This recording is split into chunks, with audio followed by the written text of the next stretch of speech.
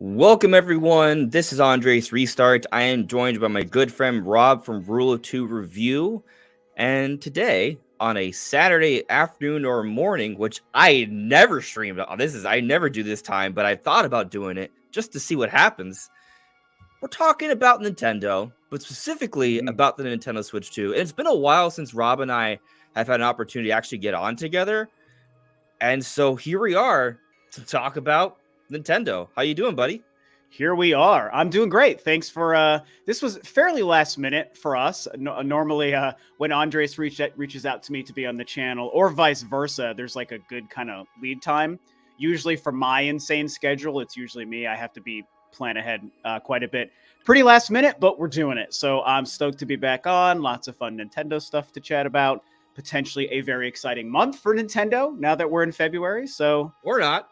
Or not. I mean, of course, or not. But I think that most of us and you and I, we tend to think it'll be an exciting month, but you never know. So, yeah. And so the general plan for the evening, everyone. It's initially I kind of like Rob and I had been like going back and forth on because we wanted to like do something together for a while. But getting things to line up has been a little troublesome. But I've been kind of because initially we were gonna do. You were going to be my partner in the Switch 2 in 2024 debate, but, things didn't work out. That was my schedule again, so I do apologize. I was excited to do that, and I'm sorry I wasn't able to make it. If you were there, it would have been a very different discussion. Oh, really? Yes. Well, I just think you and me together, it would have been an even more interesting debate. I thought it was definitely a fun debate. Botox Games, Backlog Banter, I'm friends with them both. They may be watching. I think I saw Bo in the chat earlier. Yeah, I'm familiar with Bo a little bit. So if he's here, hey, yeah. And I'm sorry I couldn't have been your fellow combatant against Bo, and I'm not sure who the other person was, so I'm sorry about that. Tucker from Backlog Banter. Yeah, gotcha. Okay. Yeah. But anyway, yeah, that was a great discussion, right? But like, it was a debate, right? And so I was like, oh, we should do like a debate again, right? But the problem is Rob and I usually agree on not everything, but 80-90% of things. Like it feels like we're usually on the same page. We're fairly aligned. I agree. Yeah. Usually, so maybe today is not going to be actually a debate. That's what I was kind of hoping for. But as things progressed, I was like, let's be a little bit more fluid. Which, by the way, I feel like lately that's what I've kind of been when it comes to my live streaming strategy for those watching, right? I've been kind of fluid in general. Like I don't have a set time for the stream. There's going to be either a Monday or a Tuesday night stream. And then I'll have like another stream later into the week. And that's what this is, right? This is the Saturday stream. And so before we went live, right, I decided just to go live and start talking about this. We're just kind of talking. Because the thing is, when Rob and I start talking, we just go. So, boy, that's true. That is so true. Yeah. Right. Exactly. So for those, I'll take a moment to do a little bit of Q&A before we really dive into things. But what's going to happen is probably Rob and I, once we start getting to the topics, we're just going to go. It's going to and in the blink of an eye, Rob's going to have to go. Right. And then which is like 90-ish minutes, right? Like 80-ish minutes. So like we're going to have a good, healthy, hearty discussion. And then after that, I'll prioritize the Q&A after. So I'll do a couple questions throughout, but for the most part, most questions are going to be at the end. So I'm not ignoring you guys, right? I love you guys. I will come to you. I will get to you. But anyway, like the little thing I was going to go on, right? That aside, I would just start talking about when we would go live, right? Because I was kind of talking about Rob, like we were kind of complaining about how internet sucks for us depending on circumstances, right? And then for me, like because I am a full-time content creator, right? I am a full-time content creator, but I am trying to grow, right? Like this, I don't want to be where I am just now. I want to continue to grow. If I want to continue to do this full-time and have this be like a healthy career for me. So obviously I need to grow, right? But at the same time, I want to do it in a way that feels right. Because I mean, at the end of the day, right, the reason why I wanted to be a YouTuber is to do things my way, right? To do things that I enjoy. And so if I start doing things just to make it or just to survive that aren't actually enjoyable, that don't actually allow me to feel free, right? And like actually enjoy my passion, then that kind of defeats the purpose of me doing it in the first place. And so, lately I still have, I think I have frequent content, right? I've been kind of pitching that I talk about Nintendo every day, and I do. But Mhm. that doesn't necessarily mean a video literally every day. It's almost every day though, right? So my basic plan lately, I don't know if you guys have noticed throughout January, and I feel pretty good about January. I'll take a break usually on Saturdays. This is like an exception because it's a live stream, so it's a couple hours, not a big deal. Um, and also, I didn't live stream on Thursday or Friday, so same difference really. But I'll take a break Saturdays. I might do like a community poll, or there'll be some sort of discussion going on. Maybe I'll guest on someone else's channel. But pretty much I take it easy Saturdays. And then Sunday through Friday there is kind of like a planned video that I put a little research into. I try to source and make interesting and fun. And then I'll do a couple live streams. But if you guys noticed, I haven't been branding it as a podcast anymore. Brandon is available sometimes, and I can get great guests on, like Rob, for example, right? His channel is linked in the description below. But I don't know. Lately, I've just been, I think of something that's cool, and I'm like, all right, well, you know what? We're just going to go live. And interestingly, more people have been watching, and I've been less stressed about it. I felt less stuck. I felt more free, and it's been more fun. So I don't know. That's just kind of how it's been for me, and I've enjoyed it. Mhm. And I just felt like I should share that to you all. So I think it's yeah, a good I actually think it's a good plan for you because if you remember, I think it was around a year and a half ago, there was this conversation that was kind of happening in like the YouTube content creator space about if it's actually damaging to your channel to add live streams to it. Like you should only do like pre-made video content, or you should only do live streams and maybe separating, like have a live stream channel and have a video content channel, because it could, the algorithm just might get all screwed up or whatever if yeah, you're doing live stream content to, basically both on your same channel. And I think that there was some evidence that showed that for some people that was true. I never really knew how true that was, and I myself, and you would know this, Andres, and even people watching who might know my channel, a couple years ago, I was also doing pretty regular live streams. Every couple of weeks I would do one. But I've long since moved on from it. But when I was doing it, it always seemed fine for me. Didn't hurt my regular video viewership, and I got okay viewership on my live streams. But I just don't know if now I don't really know if there's any truth to that or not. And I think that there are some channels that I think show that you can do both pretty well. I think yours is a great example. Player Essence does it a lot, who I know really well. Nintendo Prime, who we both know well. You really know Nintendo Prime well. He does a ton of both. And there are other channels out there too. I mean, the Spawncast, right? And I just feel like you can be someone that does both at the same time. And again, it's clearly working well for you. So I think that that's great. And the more content you get out, the better, provided you like what you're doing and people like watching, which clearly they do. So that's kind of my thought. yeah, yeah. And it's interesting you brought up Prime, because that kind of brings us almost to the topic, because I don't want Full to jump into circle. it yet, right? I'm just Oh, going to ask okay. everyone, how does everything look and sound? Rob was a little concerned if there would be any internet issues, but everything sounds and looks fantastic. Yeah. So, I think it's great, but if guys, let me know if there's any issues on my end, if there's anything I can adjust, if the background music is too loud, for example, or, if maybe it's too quiet. I think it sounds fine in my opinion, but, Rob, you can probably hear it too, because it's on StreamYard. Yeah. I was going to say, this is why I like StreamYard, man, because unlike the normal podcasts you do, because I like how you keep music in the background. And you would know this, we can't, when we're recording a podcast previously, we could not hear the music, right? It would just come through, I think, in the Yeah. feed for the live stream. But right now I can hear it in the background. It's very soothing. And it's very quiet. It's the perfect volume, so we can talk and hear each other, but I also have this music very quietly in the background. So I'm Awesome. digging it. I'm digging it, yeah. Cool. Mhm. Awesome.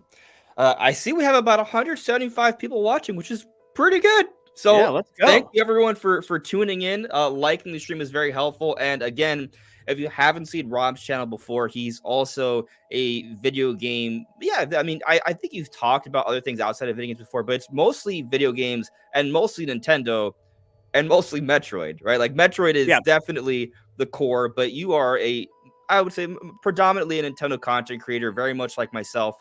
Um, before I would say I was a content creator, I actually watched Rob, right? Like Rob was like Hey. one of my favorite channels to watch, and like he, is always well spoken, is always very thoughtful, level Thank headed. you. but still excited at the same time, right? And I think that's a Oh very yeah.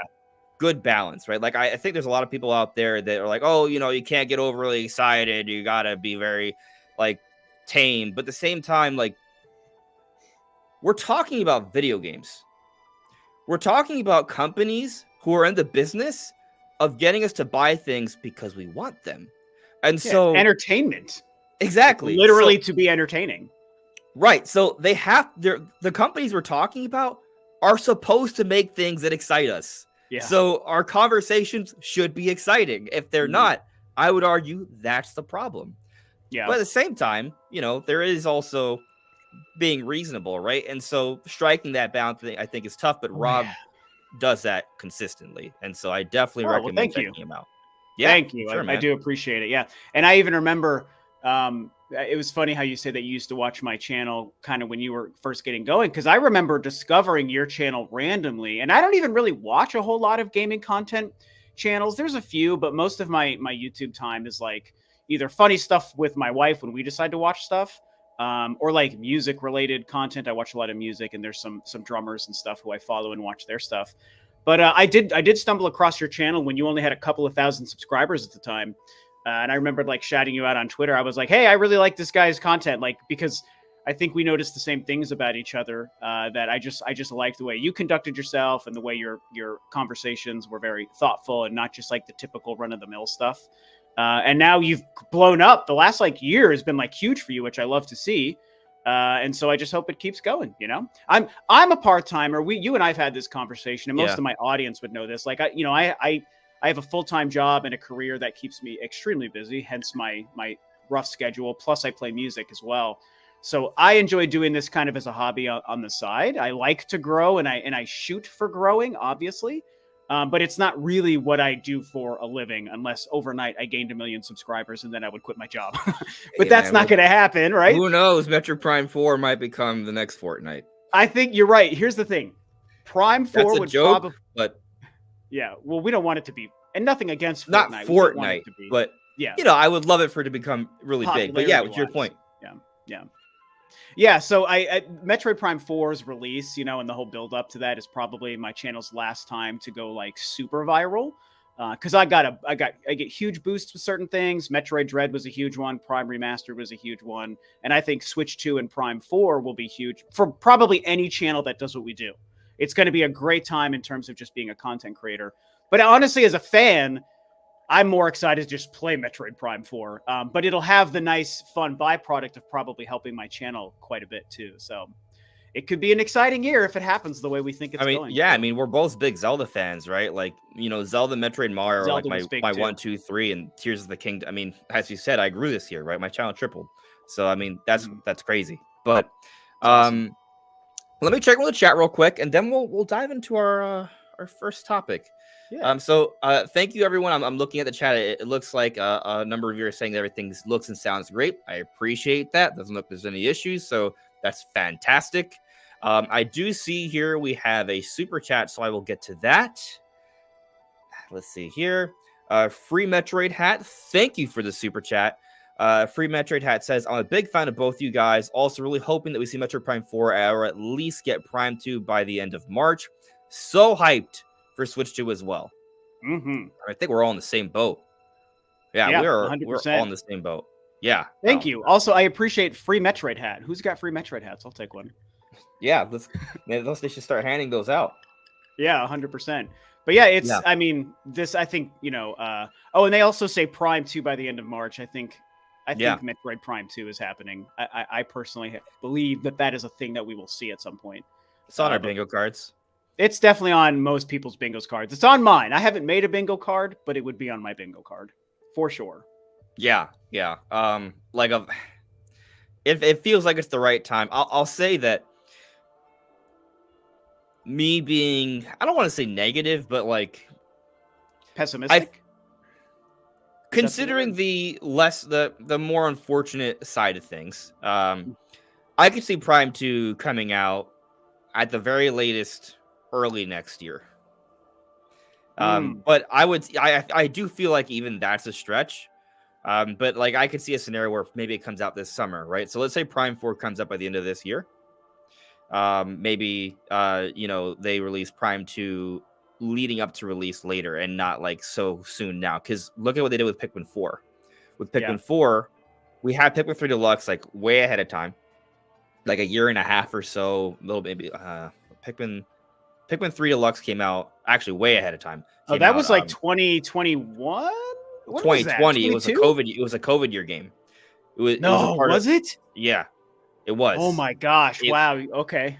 it was Pikmin 3 Deluxe and Hyrule Warriors Age of Calamity as Nintendo's holiday lineup, if I I remember remember correctly. Hyrule Warriors. That is blowing my mind. That Pikmin 3 Deluxe might have been Yeah. 2020. Holy smokes. Okay. Yeah. I believe you. I believe you. Yeah. I mean, I might. When It's you t- say you believe me, now I'm like, oh well, that's pressure. I shouldn't have said that. I think the reason it's tough for me to remember is because I love Pikmin 3. It's one of my top 10 favorite Nintendo made games, but I didn't buy Pikmin 3 Deluxe because I still own the Wii U copy. And Yeah. I play my Wii U, and I even played it leading into Pikmin 4. So since I didn't buy it myself on the Switch, maybe that's why my memory could be wrong. Well, fortunately, you having faith in me worked out this time. It came out October Yay. 30th, 2020. But anyway, after that, we didn't get Pikmin until there was the Pikmin in the park, right? And then we had Pikmin Bloom in between. Yeah, But we that's got right. Yeah. Pikmin 4 last year, right? Which is 2023. Pikmin 4 Like released 7 months ago, by the way. Yeah, It's really not not all that- that long ago.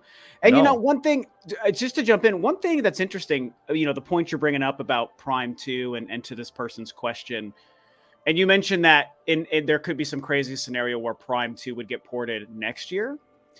I think that's worth I think it's worth considering that if Prime 4 was meant to release this year, I think we all kind of have this assumption that Primes 2 and 3 would only release before Prime 4 in part of a marketing buildup, which is Yeah. most likely. But if you think about it, it's not impossible or even a terrible idea for them to port those games after Prime 4 came out. There's no hard and Right. fast rule that says those ports would have to be prior to Prime 4. Even though it makes sense, I don't think it's crazy for them to do it afterwards. You know what I'm saying? I So- think that's a really interesting point because that is not at all what I was going to get at, but it's a really good point, I think. Well, I'm not because- even predicting it for that exact reason because, again, it just makes so much sense to do Primes 1, 2, and 3 and then release 4. But Yeah. so I know I cut you off, but I just wanted to No, say it's it's fine. not even a prediction. It's just a consideration that maybe we should be aware of. Absolutely. So the point I was going to make is just that Pikmin 1 and 2 came out shortly before Pikmin 4 this, last summer, right? And so conceivably Prime 2 and 3 could be in a similar boat, right? So if Prime 4 is a second half of the year title, maybe they kind of put out Prime 2 and 3 very much in the same way they did Pikmin 1 and 2, like just a few weeks or a month before, right? So that will position Prime 2 beyond March. That said, I'm optimistic we see it sooner, same as Yeah. Rob. However, the point you made, I think, is really interesting, especially when I kind of think about what we're going to be talking about in the latter half of this discussion when it comes to the launch title. Because just like kind of thinking of looking at different ways that a game's timing may be impacted either for the good or for the worse. Because to your point about Prime 2, like you and I agree, Prime 2 and 3 probably coming out before Prime 4, right? But Probably, yeah. the scenario you presented of it coming out afterwards, because I was entertaining the scenario of it Prime 4 just being a 2025 title, right? But let's say it's a 2024 and Prime Is 2 that comes still out your after. thought? I'm just curious. Is that still your general prediction? Is 25 for Prime 4? No, it's Prime 4 is a 20 is my I'm predicting to come out in the second half of this year. Okay, yeah, me too. I Yeah. just wasn't sure if Yeah. I misunderstood what you thought. Okay, got it. No. Yeah, but because we're entertaining possibilities here, right? Sure. But let's say Prime 2 does come out afterwards. If Prime 4 is as big of a success as we're thinking, then Prime 2 and 3, if they come out after Prime 4, the Metroid brand is all of a sudden a whole bunch bigger. Yep. And people are like, oh, let's try that, right? Mhm. And here's a great example of this. Look at the sales for Link's Awakening remake. 6.5 million for a arguably overpriced. I'm not saying it's great. I love it, but it's not a long game, Yeah. and it's a full priced game. It's a remake of a Game Boy Color game, and it's a great remake, but that is what it is. Like remake of Yeah. a Game Boy Color game with a little bit of extra content for $60, but it sold 6.5 million copies. Mhm. Which compared to Breath of the Wild is small, but compared to the history of Zelda sales, that's one of the best ever. Yeah, And that's a big hit. It's a big hit at 6 million. why did that happen? Because Zelda's a lot bigger now. Mm-hmm. So, Yeah, I think that just feeds into the conversation and thought, something I've talked about a lot on my channel, since half of my content is Metroid anyway, that I just think we're in the Metroid Renaissance period, yeah. and I think I think people forget about this, but I would say it still goes back to even Samus Returns on the 3DS. I think a lot of people have in their Metroid minds have moved on, and they think, okay, Metroid Dread, Metroid Prime Remastered, Prime 4 coming soon. But really, even though it was many years ago, and Prime 4 itself has been a mystery for 7 years, that singular day where Nintendo announced both Prime 4 and Samus Returns in the same day, that was a huge moment, that E3 Yeah. 2017. And the fact that Samus Returns, they announced it after their E3 presentation, like in a treehouse, I think, like, surprise, here's also this. And then it came out a few months later in September. So I think that was the beginning of the Metroid Renaissance, because we also have to consider, if Prime 4 wasn't rebooted, there's a whole different timeline where that game never was having issues and they never rebooted it. We know we already would have played it. It already would have released by 2024, right? So you would have had a 2017 Samus Returns, maybe like a 2020 Prime 4, and then the following year Metroid Dread, because they would have started Metroid Dread's development before they rebooted Prime 4, right? So you think of that cadence. So I just think that the Metroid Renaissance goes back to 2017, the beginning of the Switch's life. Samus Returns came out, and now here we are, and there's been other Metroid games, and it's more popular than ever, and more people are paying attention to it. Also, the Switch became a bigger hit than Nintendo would have anticipated in 2017 also, and so to your point, the Switch has built up fan bases and franchises to bigger hits than ever. Fire Emblem is one of those, Animal Crossing, clearly, I mean, Smash Brothers was always huge and Mario Kart was always huge, but now they're also bigger than they ever were, right? Like, the Switch was this huge catalyst, this fire starter for so many franchises to get bigger than they ever have before. And to your point, Zelda as well. So Yeah. That's just kind of how I see. Yeah. No, fantastic point. So I got a couple chats lined up, and then we're gonna get into things. And what's interesting, the way I have it positioned, I think it actually it flows really well into our first topic here. So Okay. I think it's gonna work great. So first, thank you, Aaron Raz, for this super chat as well. Aaron says, I'm excited to see Rob's excitement when Metroid Prime 4 is finally revealed. Metroid Prime 4 needs to be at this direct. I'd also like to say that I'm excited to see you both on the same stream. Thank you, Aaron. I appreciate that. Rob, do you have any thoughts about a Prime 4 expectation at the direct? Well, yeah, I actually talked about this in my last video. Because my last video was about a Nintendo Direct in February, but not about like specific rumors or anything, just more of a broad conversation. And I did talk about it a little bit. And I think that in this period where we don't really know anything about anything, everything is speculation. Nintendo Direct, Prime 4, Switch, it's all speculation, even though we all believe it and feel it. I think absolutely there's a great opportunity and a possible way for it to fit into Nintendo's schedule for them to reveal Prime 4 at the Direct. I even think that if there's no Switch 2 announcement happening in February, and I'm very mixed on if that will or won't happen, it certainly could, but I'm not hard set either way. I feel like the one more thing, or the ending of that Direct, could certainly be Prime 4. The only reason I would see it not being Prime 4, the only reason I would see it not being Prime 4 is, A, if it is farther off than we think, let's say it is next year, or if they have to have revealed and confirmed the Switch 2 first.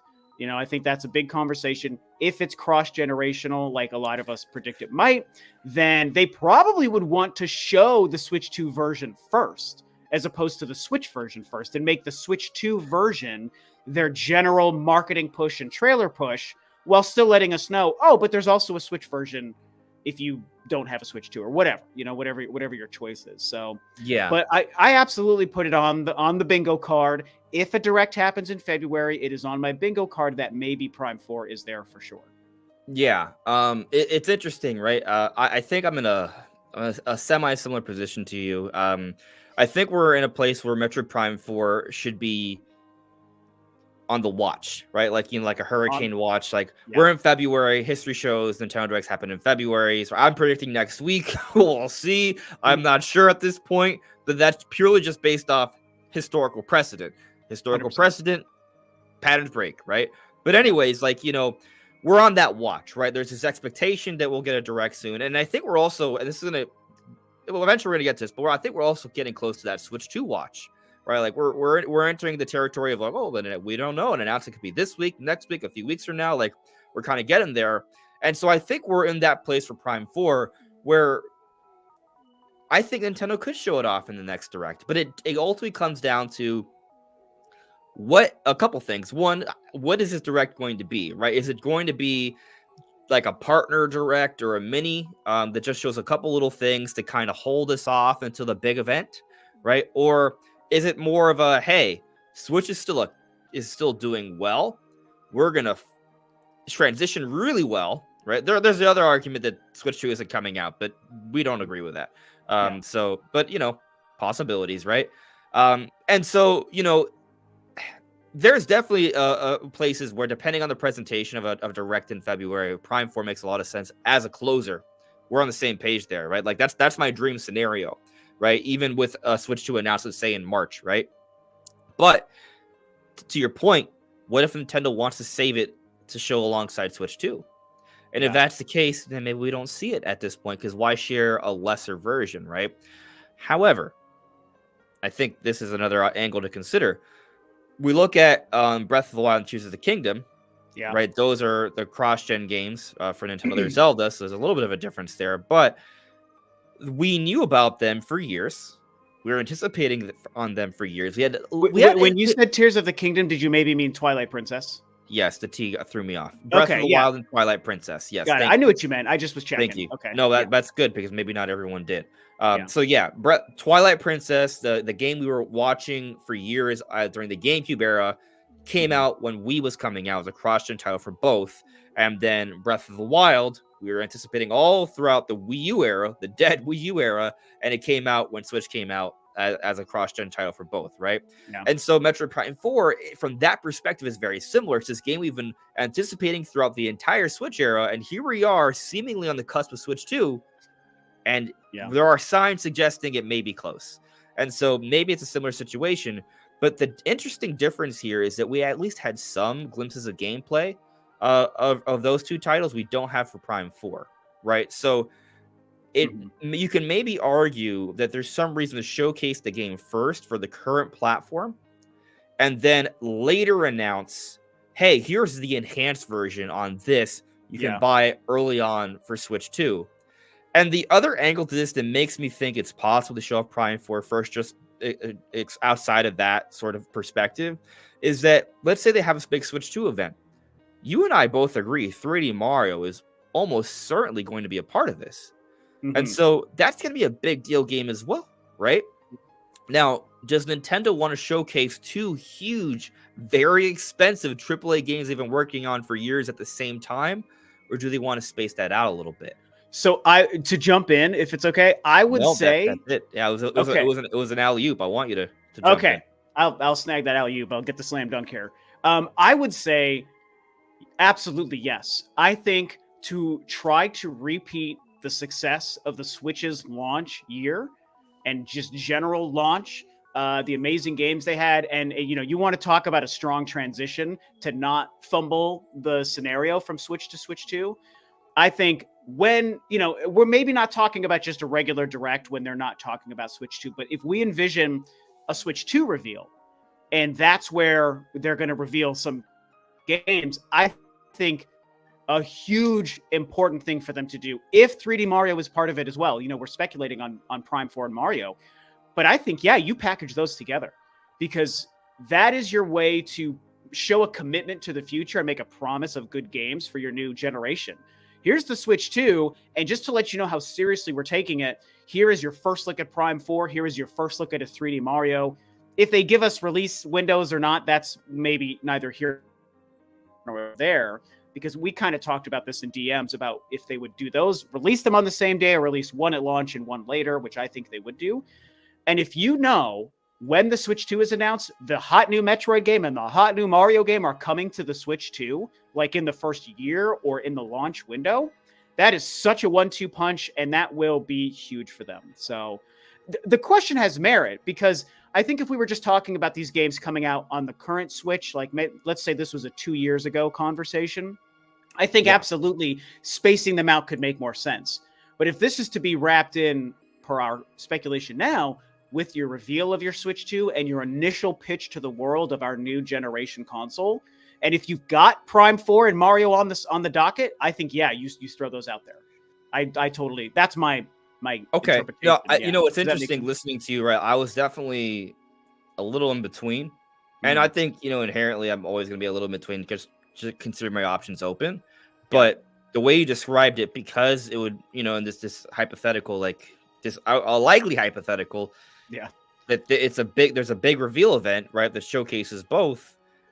I think they can differentiate them enough. I mean, you know, like you look at the Switch event, there were several big games showcased during that event, right? Splatoon 2, Xenoblade Chronicles 2. They announced Shin Megami Tensei 5. That took years, but, you know, they announced it there at least, right? Breath of the Wild had its last big trailer. Mario Odyssey. Odyssey was, ARMS. ARMS was there. Also, No More Heroes was teased. Suda51 was there with the big Travis touchdown behind him. People forget that because it was very short. It was a little thing, and there was no gameplay. It was just Suda talking on stage for like 2 minutes with Travis touchdown behind him. But No More Heroes nerds like myself, I was salivating. I was like, this is the highlight of the show almost for me, other than the Zelda trailer. So yeah, they had more. The presentation, I think people forget it. In my opinion, it wasn't like an exciting presentation. It was fairly dry, but it did have a lot of great information, and it did have some game content. Like you just listed off a bunch of games, you know, and so yeah, I'm kind of just agreeing with you in that sense that I think that's why packaging some of that stuff together I think would make sense. You know, you're at the beginning of your generation, so make people aware. And this goes back to when Prime, you know, people have talked about Prime Force reveal in 2017 and like Nintendo screwed up. They revealed it too early. You know, this was such a problem because it wasn't going to be ready. And I've always kind of, I've never really agreed with that, partly because the reboot was an unforeseen circumstance. So you could say I'm giving them a pass, but I am just kind of giving them a pass with that. But I also feel like even though the game was clearly early at the time they revealed it in 2017, I think that what it was meant to do, because this was 3 months after the Switch was released. So we have to remember this. I think that's the kind of announcement they made, saying this is how we tell you early on in our new generation that we are committed to bringing these kinds of games to this platform.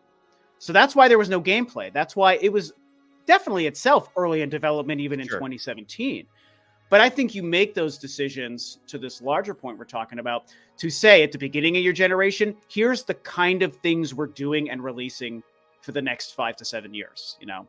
Yeah, it's like, sense. Hey, believe in this system. Things are on the way. Yeah. That's ultimately what it is.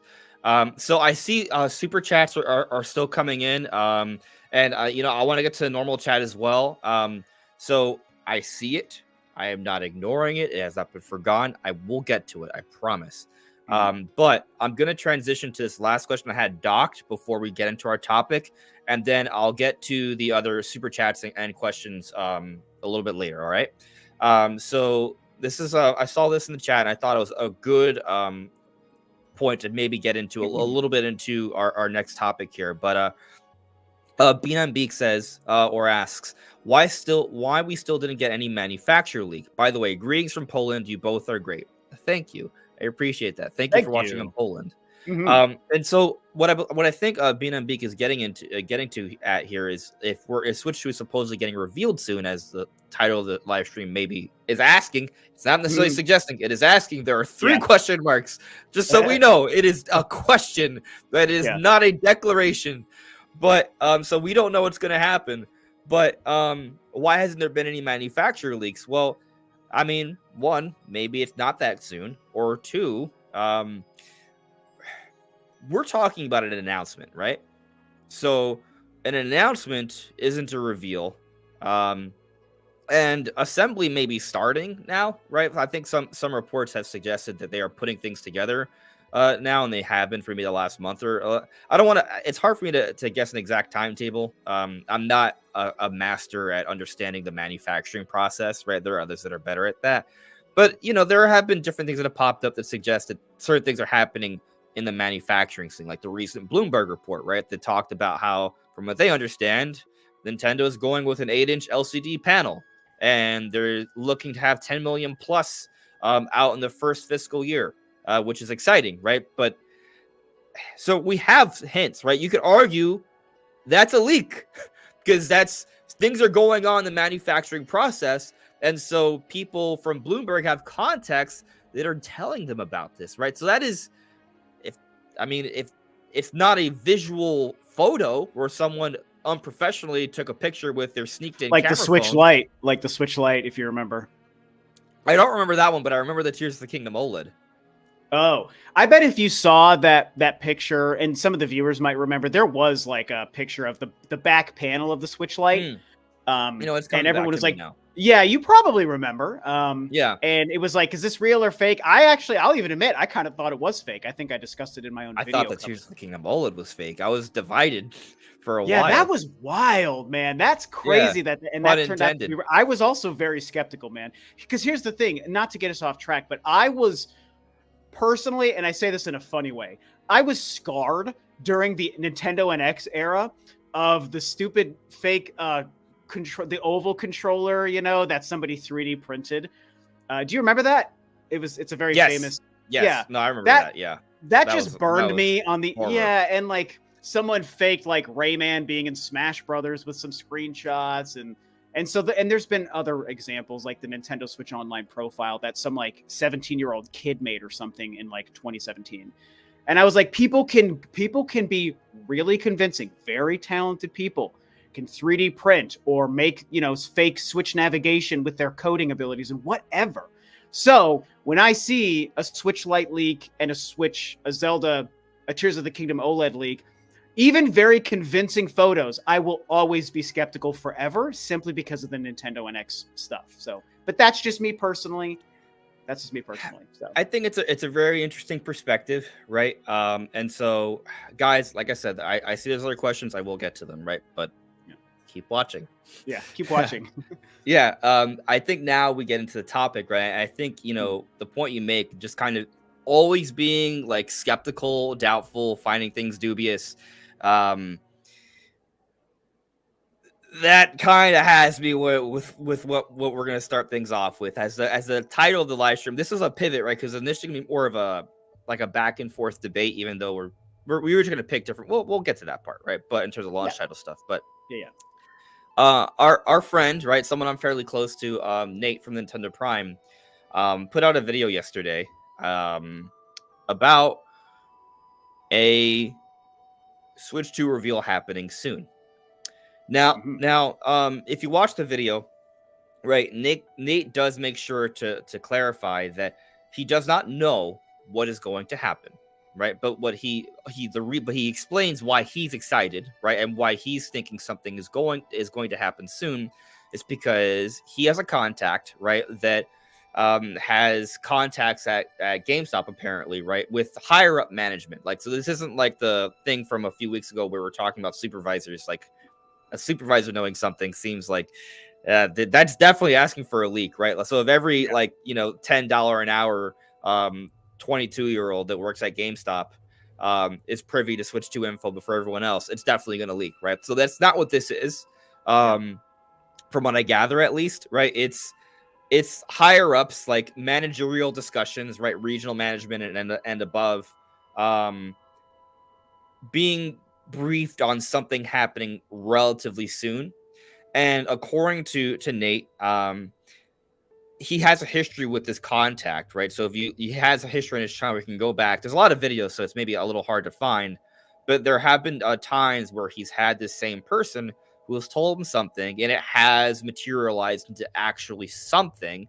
Maybe not what we're expecting, but it has materialized into something soon after, right? And so according to his contact, there's a solid chance that this means that an announcement is happening within about a week. But it's also totally within the realm of possibility that we're talking about a few weeks from now, extending into March, right? So that's the kind of the basic story there, which, I mean, next week seems insane, and maybe we'll kind of dance around that idea for a little bit. But I've already been thinking, Switch 2's reveal is coming sometime in March.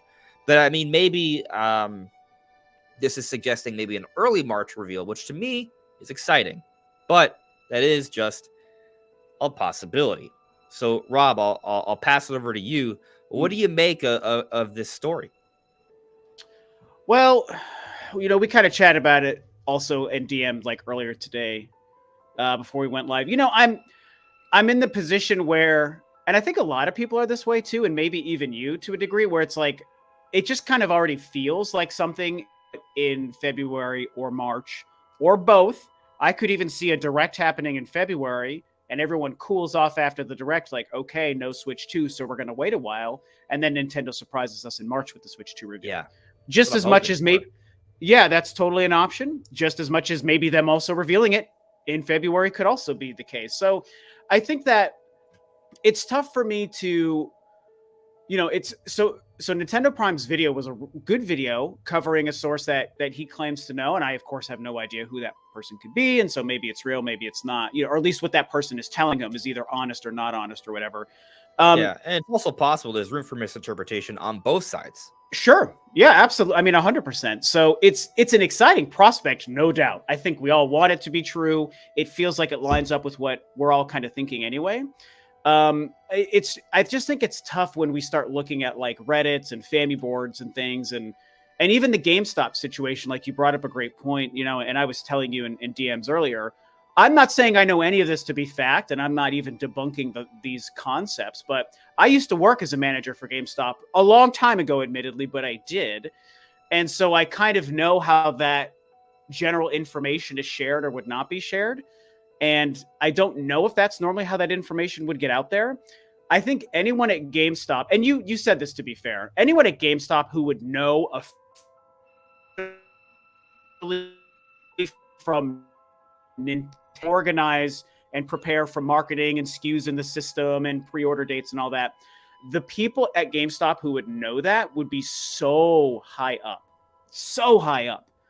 that it would be really hard for me to imagine how it would get out, because I would think the circle of people at GameStop who would know it is very tiny. Now, I'm not claiming it's fact. I'm just spinning from my own history and my own. I work in the corporate world now too, so I kind of am using that to inform my thoughts here. So it's like, I think it's very possible. I just don't know if anyone who knows it for a fact is actually sharing real info. But, to the point, because you're citing Nintendo Prime's video as a source, and I watched the video. It was a good video. For all I know, his source is also correct. So I don't even want to say anything specifically about the source of this concept. I just find it hard to believe that anyone who knows anything concretely about something so massive would be in a position to share it. Because again, I think the circles who know it are very, very small. Yeah, like I would say that even the store manager feels too definitely not. That's where I will say close. I feel. Yeah, I feel confident saying anyone on the retail level, definitely not. That's not how that stuff happens. Like, the managers at GameStop, I don't even think they do this anymore. But for years, and this goes back to my time, they would send store managers to an annual GameStop conference, and they'd get free stuff and they'd get demos. They'd be allowed to play things, and all the different companies would come and show their new stuff. Microsoft gave Xbox 360s to every store manager one year back in the day, like in 2007 or whatever the time that was, or maybe it was when it was launching in 2005. And so, but they don't share like secrets. Really, it's not usually about secrets. It's about this is what's happening. Most people know about it. We want to give you free product. We want to give you hands-on time, and then this information to your stores is kind of how they did it. So you want to talk about Nintendo of all companies, the most secretive and protective company in the industry, just allowing their Switch 2 stuff to get out there before it's ready. I mean, we get leaks of stuff from manufacturing plants. So to that earlier question, that's one thing. You know, if we were starting to see people taking pictures, you know, on their lunch break of like, here's the Switch 2 box, that's different. But just general conversations from high up people or store managers about it, nothing is ever impossible. And I never say something is impossible, but it is so unlikely that I don't think there's any sources telling us anything factual yet. I think it's just we all kind of suspect it, if that makes sense. So that's my thought. Yeah, I mean, you know, I would say extraordinary claims require extraordinary evidence, right? So Yeah. we shall see, right? I will say that someone who knows Nate pretty well, I think he's someone who gets a lot of flack, and I would say unfairly so, They're pretty legit, you because think? I, I mean, I'll just tell you what I think, right? I'll tell you Because I that, don't know the person. You might know them. This is not a source I know yeah, that I think you're talking about. So. I don't. I'll just tell you I don't think I know the source. Oh, okay. Right? Right. Okay. I know Nate, right? So that's all I'll say Yeah, that's something. on that. But Yeah. I'll say that what I know of Nate is that he does know people, Mhm. right? I know that Okay. Nate does know people, and I know that there have been times when people, real people, that if you knew who they were, you'd be like, oh, and they have told him things, and they would know. So I'm not saying that this specific source knows what's going on, but what I am saying is that I know, for obviously this is, you know, it's a trust me bro situation, right? Like I'm just Yeah, a telling you, little. I'm Yeah. telling you what I think, right? And so what I think is Nate does know people who can tell him things like this. And Mhm. so to me, it's definitely within reason. It has happened before. And Sure. so Nate has talked about things in the past that have materialized from some of these people, right? And so for me, it's definitely completely feasible. But at the same time, Yeah. Yeah. Yeah. I try to talk about this on my channel a lot, right? Even the most reliable of insiders, there's always room for misinterpretation, leak bait, change of plans, or like, yeah. So like when you account for all those things, right? Be a leak bait, change of plans, for misinterpretation, like you can't really assume anything for a fact until it's a fact. Yeah. So you gotta take it with a grain of salt, even if it's the most reliable person. Yeah. So there is that. Um, but it's one of those situations where I'm at least keeping my eyes peeled. You know, I'm keeping my eyes peeled. It's exciting, no doubt. Yeah, I'm with you. It's exciting.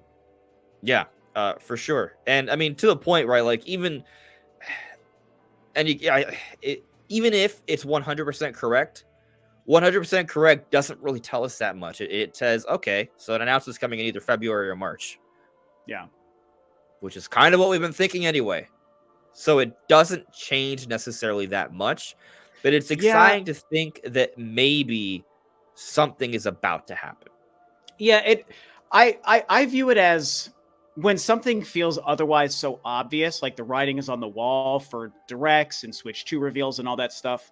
I feel like, and this doesn't even have to do with Nate's video, by the, and I know Nate too a little bit as well. We've podcasted once or twice, so this doesn't even have to do with that. But when you talk about the larger, I'm somebody who's leaking things or telling you something. I think that when the writing is on the wall for something, and 90% of people believe something is already afoot, like we all do about a Switch 2 and a Nintendo Direct, if you're gonna say that I have evidence that points to a date or something actually happening, I feel like you either need to be able to, with your full chest, say it's going to happen, I know it, or you almost shouldn't say anything at all. Because what's the point of saying, oh, there's this 50% possibility, if you're claiming it as like a leak and exciting information, I should say, there's a 50% possibility it's going to happen. It's like, okay, well, what does that mean when it's otherwise obvious? You know, the rule of thumb I've gone by in my over a decade doing this, and I know a lot of my own sources and inside folks and have conversations with people too, is that this is also based on my experience, so no one's experience is the same, but my rule of my experience has showed me in my time that most people who know real information don't share it very publicly, and if they do share it with you behind the scenes, they at least again, my experience, they don't want you to share it. So it's usually very much told in confidence. And that's not going to be every legitimate source or every legitimate leaker. So people might hear things where that's not the case, and then they can go on and share it, It's just always been my rule of thumb. The stuff that I trust the most is the stuff that I don't hear publicly. Now, sometimes public stuff gets out there and it makes sense and it's fun to talk about. And I'm certainly somebody who covers them on occasion. I'm pretty picky with the things I choose to cover nowadays, but sometimes it's worth it. But yeah, that's just kind of, I've talked about this before. We're so far removed from it that it's safe for me to say this. I all but knew from someone that I trust that a 2D Metroid was going to be revealed at E3 in 2021. And I think you and I might have talked about this before, maybe in DMs or something. I feel like we have, or maybe it was on a podcast, but I basically knew that there was going to be a 2D Metroid game. And I was so excited. And it's why I made sure to record a reaction just in case it was going to happen, because I certainly believed it from this person. I didn't know it was going to be Metroid Dread. So that was the huge surprise. I had no idea it was Mercury's Theme. I didn't know it was Dread. But I was like, there were kind of rumblings about a 2D Metroid, but I heard something that I was like, it's happening. And so I just predicted a 2D Metroid with 2.5D elements. That was just a prediction for me. I mean, you were right, so that's great, And sometimes And so anyway, but I didn't like, and this how am I trying to talk about this the correct and safe way? I just made sure to not cover it like, yo guys, it's going to happen. I talked about concepts, I talked about theories, I talked about desires about Metroid leading into E3 that year. But I never personally ran with a story like it's going to happen, because even though I trusted this person, I could have been wrong. That person could have been wrong. They weren't, because they were very confident, like it's going down. And I was like, yeah, and it did, but you never know. So anyway, I think it's an interesting talking point, right? That maybe not a lot of people get to, right? Like, because I mean, how often do people talk about? Like, obviously people talk about leaks and rumors, right? And then some people talk about not talking about leaks and rumors. But we're talking about if we should talk about leaks and rumors if we have inside info, right? And so, and like, how do we handle it? Because I remember there was like there's a couple things, right? So there's what some people refer to as informed speculation, which I guess it's kind of a fun phrase, but I think it's also a little dangerous, because when you tell people you're coming in with informed speculation, what you're sort of suggesting is, yes, I have inside knowledge and that is leading me to think something.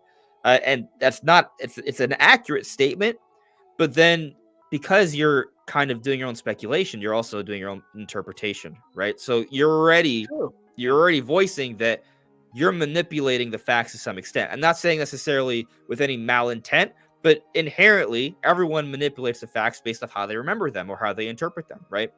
Mm-hmm. And so I guess my point is that, literally go back to that whole lesson they taught us in elementary school, where you have kids line up in a row and one person tells one person one thing, another person tells another person another. Game of telephone. It's the game of telephone. Information changes as it goes from one person to the next, right? And so when you do the whole informed speculation thing, right, people will be like, oh, so this is what they're predicting, and so they'll be like, oh, well, that's a leak then, but it's actually not, right? And so that's kind of like an interesting challenge, right? Because like, say for example, Rob, right, when you had your 2D Metroid source, you're like, hey, I've heard things, right? And so because I've heard things, I am predicting that we are going to see a Metroid game with 3D graphics at E3. Which is a fair thing to do, by the way. I do just want to, I'm worried I'm making it sound like I'm poo-pooing the general concept of doing this, and I think that there are totally okay ways to do that. And we using Nate's video as an example, and I think it was a pretty good example of how to do that the right way.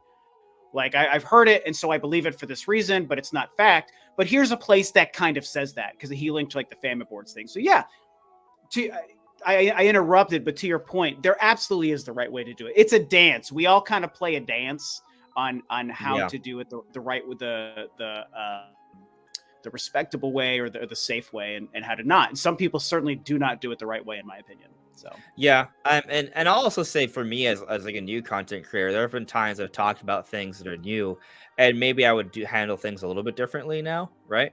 Um, Mhm. and I mean, it's over time you kind of sort out and find better ways to do and say things. You know, and even then you're still subject to make mistakes, right? Oh Like yeah. I'll even say, I remember, I don't know if you remember this, right? But I wasn't the only person, right? So I'm not trying to act like I was a single source here, but I was a part of a conversation that led me to believe with strong confidence that there was going to be a Tears of the Kingdom blowout of news on a random Mm, Tuesday, I right? remember. Oh yeah. Right? And I reported on it. And I saw a lot of people that were consistent viewers of mine, even that got really angry, attacked me, made character accusations. And I literally, from my perspective, was like, oh, I know this thing's really exciting. And from what I understand, there's a really good chance this is true. And Mhm. so that's what I literally said, right? Hey, I don't know for a fact, right? But this apparently is happening, right? I'm calling it a rumor, but this is what I heard. And so people didn't like that, especially because there's not like, I guess in that scenario, I was like, oh, this is what I can't tell you why I know, right? Or what I heard, right? Oh And yeah. so there's a little bit of that. There's a lot of vitriol and hate, attacking. A lot of it I think was unfair, but that's just how people are, and then it was true, Then it right? was true. It was true. Right. But I was nervous to even say it, right? I Yeah. felt it was good to say it because, in the spirit of transparency and sharing information, and be like, "Hey guys, this is exciting stuff. This might be about to happen," right? Yeah. There is the other element of I'm a content creator putting out content, right? But I'm going to do that regardless. That's happening Mhm. regardless. I'm making a video almost every day, regardless, right? So that was just the topic I chose because of what was going on, and so, and I was afraid to talk about it because of the response that I thought I was going to get, and I wasn't wrong, even though I And was it's the response you got. It is, yeah, right, and even though it was the truth, yeah, it was yeah. literally the truth, and so sometimes that's frustrating, but that's just kind of the nature of this business, so that can be challenging. But to kind of reel it back, right? When do you think Switch 2 is getting revealed? I think, and by the way, I'm checking the feed. My camera might be a problem, so I want to know if people want Yeah, to. it's hiccuped a few times. For the most I part, do you've been get fine. that. Yeah, I mean, if you want to turn off your camera to see if like there's less hiccups, but I mean, the majority of everything you said has been fine. Has been fine. Okay. Well, Yeah, let me there's know, or if someone in the occasional chat moments. wants. Okay, let Yeah, me know, or if someone in the chat wants to tell me, because I can just go cameraless, and my audio will probably be fine. Anyway, you asked when I thought the Switch 2 was going to be revealed, and I definitely think it's going to be this year, and I think it's in the first half of the year.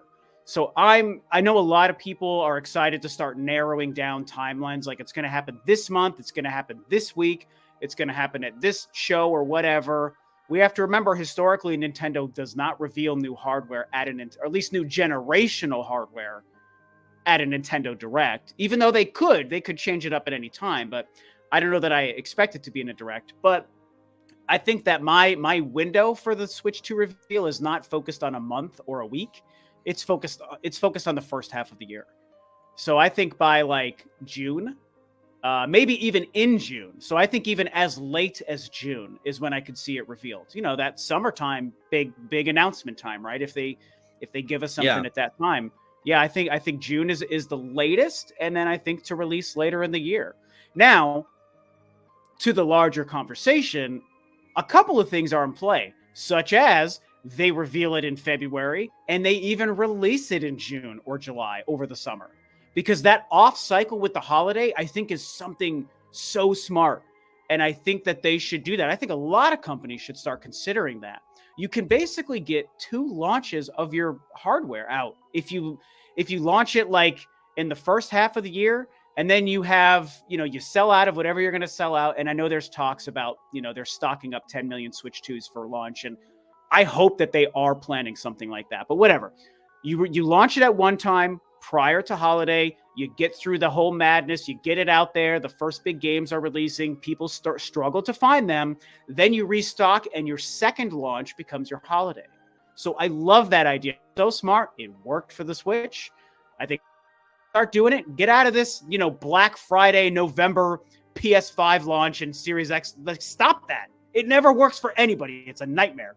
Nintendo figured it out 7 freaking years ago, I think, in my opinion. So Maybe so. maybe so. So while I still ultimately think that we're going to get a September, October, November release of the Switch 2 this year, and it's going to be revealed in the first half, we're still early enough in the year that they could do the 4-month cycle of it's revealed in February and it's released in June or something. Those are all on the table for me. So for sure. It's interesting, right? I think whenever this summer talk comes up, people are like, "Oh, well, Nintendo's never released systems this summer. That's gonna fail." I just don't think that's true. I think there are some things that people kind of hold because that's how it's been in the past, and they assume that I mean, fact matters, patterns do exist for a reason, right? Mhm. Like there is, but like let's think about the reason, right? Like, what would happen if Nintendo releases a system in July? Like, why would it inherently fail if they release a system in July? Like, what about Exactly. July is bad for them? Kids are available because they're not in school. I would say that would go in their favor from that perspective. There's a lot of competition. I think actually the holidays would be where the competition's at usually. Also true. And so I'm not really sure. I mean, look at this. Like, Tears of the Kingdom came out in May. The game So sold 10 10 million in million. 3 days. Yeah. Yeah, I all your points are just so valid and kind of leads into sort of what I'm thinking. Like, the Switch already by default is going to release in its own bubble. Unlike Microsoft and Sony that usually release next to each other, Nintendo is now off cycle, I think, by design. And so it's going to release in its own bubble whenever. And everyone who wants a Switch 2 it's going to be every Nintendo fan, and it's going to be most just general game fans. They can release it whenever, and people will buy it. So I think from a business perspective, that's where I get back into this concept of like give yourself sort of 2 launches, so to speak. Release it prior to holiday and then get a second big push over the holiday. And that could even be, there's the talk about it's going to release in September. I think I don't know if I believe the rumor, so to speak, but I think it's a viable time to release a Switch 2.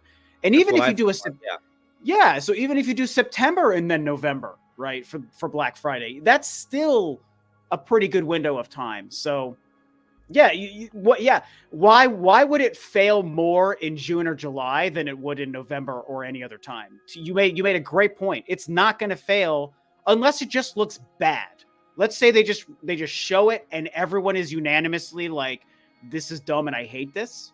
That's the only reason I think it would fail. But if it wouldn't be the timing, it would be because the product sucks. Exactly. The timing is not going to be the issue no matter what. They could release it tomorrow. Everyone's going to buy it. Yeah. So, yeah. And so this is going to go a little bit into our final topic. But like a point that I think a lot of people overlook is that, for example, we heard about Bloomberg saying that they're from what they've heard, we're going to get 10 million plus, emphasis on the plus. So we don't know how much more, but 10 million, above 10 million in this fiscal year. That's a lot of systems, right? On Switch sold about 15 million in its first fiscal year, if I'm not mistaken. First fiscal year, right? If you account for the first few months, like that initial launch, it's actually like 17-ish, but that's not a whole fiscal year. It's a little bit beyond that. Anyways, so if Nintendo in maybe half a year sells about 10 million, or like about 7-8 months sells about 10 million, that's really good. That's Switch pace, right? That's really good, or close to it. But when they put out that initial launch, it's not going to be 10 million in the first month. It's going to be 2 to 3. And so regardless of what console we're talking about in history, not just Nintendo, typically at launch, if it's a popular company, they're going to sell out regardless, right? So if you want, like, this argument that, July is not the best time for sales, if the system's going to sell out, why does that matter? Yeah. It doesn't. So I think, go ahead. Sorry. No, go on. I was just going to say, we're kind of riffing and confirming the same point, but it's just so true. I feel like timing as far as how many Switch 2 systems they can sell is a moot point. I think we both agree, and hopefully most people agree, that whenever it releases, it's going to sell out. Every one they make is someone is going to buy for however many they can make at whatever pace. I think their bigger concern, business-wise is the game sales. What games will be available? When are they going to release on it? And how are those going to sell? So the argument becomes for earlier in the year to release it, hopefully, because the earlier you release it, if you've got let's say they're sitting on a Prime 4 and a 3D Mario, for example, you want to get a lot of sales, you want to make a lot of money in your year, the earlier you would release your Switch 2, the earlier you can release Prime 4 and 3D Mario. And then you've got more time in the year to sell those games. So I feel like the release of the console, if it's ready like we all think it is less about when the console's released and when can they start selling the games for the Switch 2 and releasing those games. So that's my perspective. I'm gonna do a thing. Just put I think we should just continue the conversation. Basically, is what I'm saying. Okay. But I got about 25-ish minutes, if that. Right. So sorry, guys. That's my schedule today. I just kind of feel like, so again, I'll get to the chat afterwards. Right. So I know there are some super chats, so we'll get to them. But like, I think we're kind of headed in this direction of how Nintendo handles their launch, right? I mean, you brought up the games, right? Having the games ready, and I think that's really important, right? And the point I wanted to make, and this is going to get into our debate of what's the ideal launch title, right? So we'll just kind of flow into it, I think. Mm-hmm. But Nintendo's selling out, so my point about, hypothetically, we're not saying it's coming out in July. We don't really know, right? But yeah, hypothetically, if it comes out in July, right, then if the system sells out in July, it doesn't matter that it's a bad sales period historically, right? But what does matter is if they do sell out, can they continue that momentum and have more shipments ready soon after?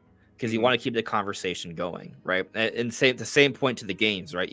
Having the games ready and available alongside readily available systems, like consistent shipments of them to keep trying to meet the demand. Both those things matter because it keeps people buying. It keeps the conversation going. It builds up the momentum, the word of mouth, which is free marketing, basically, right? People talking about it, enjoying it, sharing it on social media. It builds up, right? And so that, to me, my ideal scenario is that Nintendo does come out a few months before the holidays because they have more time to build up that excitement, get more people owning it, and then they have an incredible holiday with several games lined up. So I think that's the ideal scenario. And so, but that's with the assumption Nintendo is ready to do that. Yeah. Yeah. I mean, I guess I don't even know. It depends on what they even have on the slate, right? Because part of this hypothetical scenario we talk about is even assuming that they're prepared to repeat that Switch launch year, because that's been a big part of all of our conversations about it, right? Is they were so prepared to do everything they can to make the Switch a success. When you look at just 2017's release cycle, all those crazy games, Xenoblade and Mario and Zelda, and there was ARMS and Splatoon, and Fire Emblem Warriors was a game that people forget that also released in that first year, and Mario Kart 8 Deluxe. Hello. So we all kind of have this feeling that they're trying to do the same thing. And I think that. So it depends. Do they really have a couple of big heavy hitters to release around the time that the system is going to launch? And so that's, I don't, you brought up if we wanted to talk about the launch games. I don't know if that's kind of what you're getting at. Yeah. So, I mean, let me just ask the question, okay. Right? Let's just get to it, because this is actually the original plan for the discussion, but it's true. It was. Yeah. What do you think the launch game is going to be? So I lean towards, and it is impossible to predict, I'm trying to be optimistic as a Metroid fan, I'm leaning towards Prime 4, which is a debated concept, right? And I'm sure you've heard it yourself.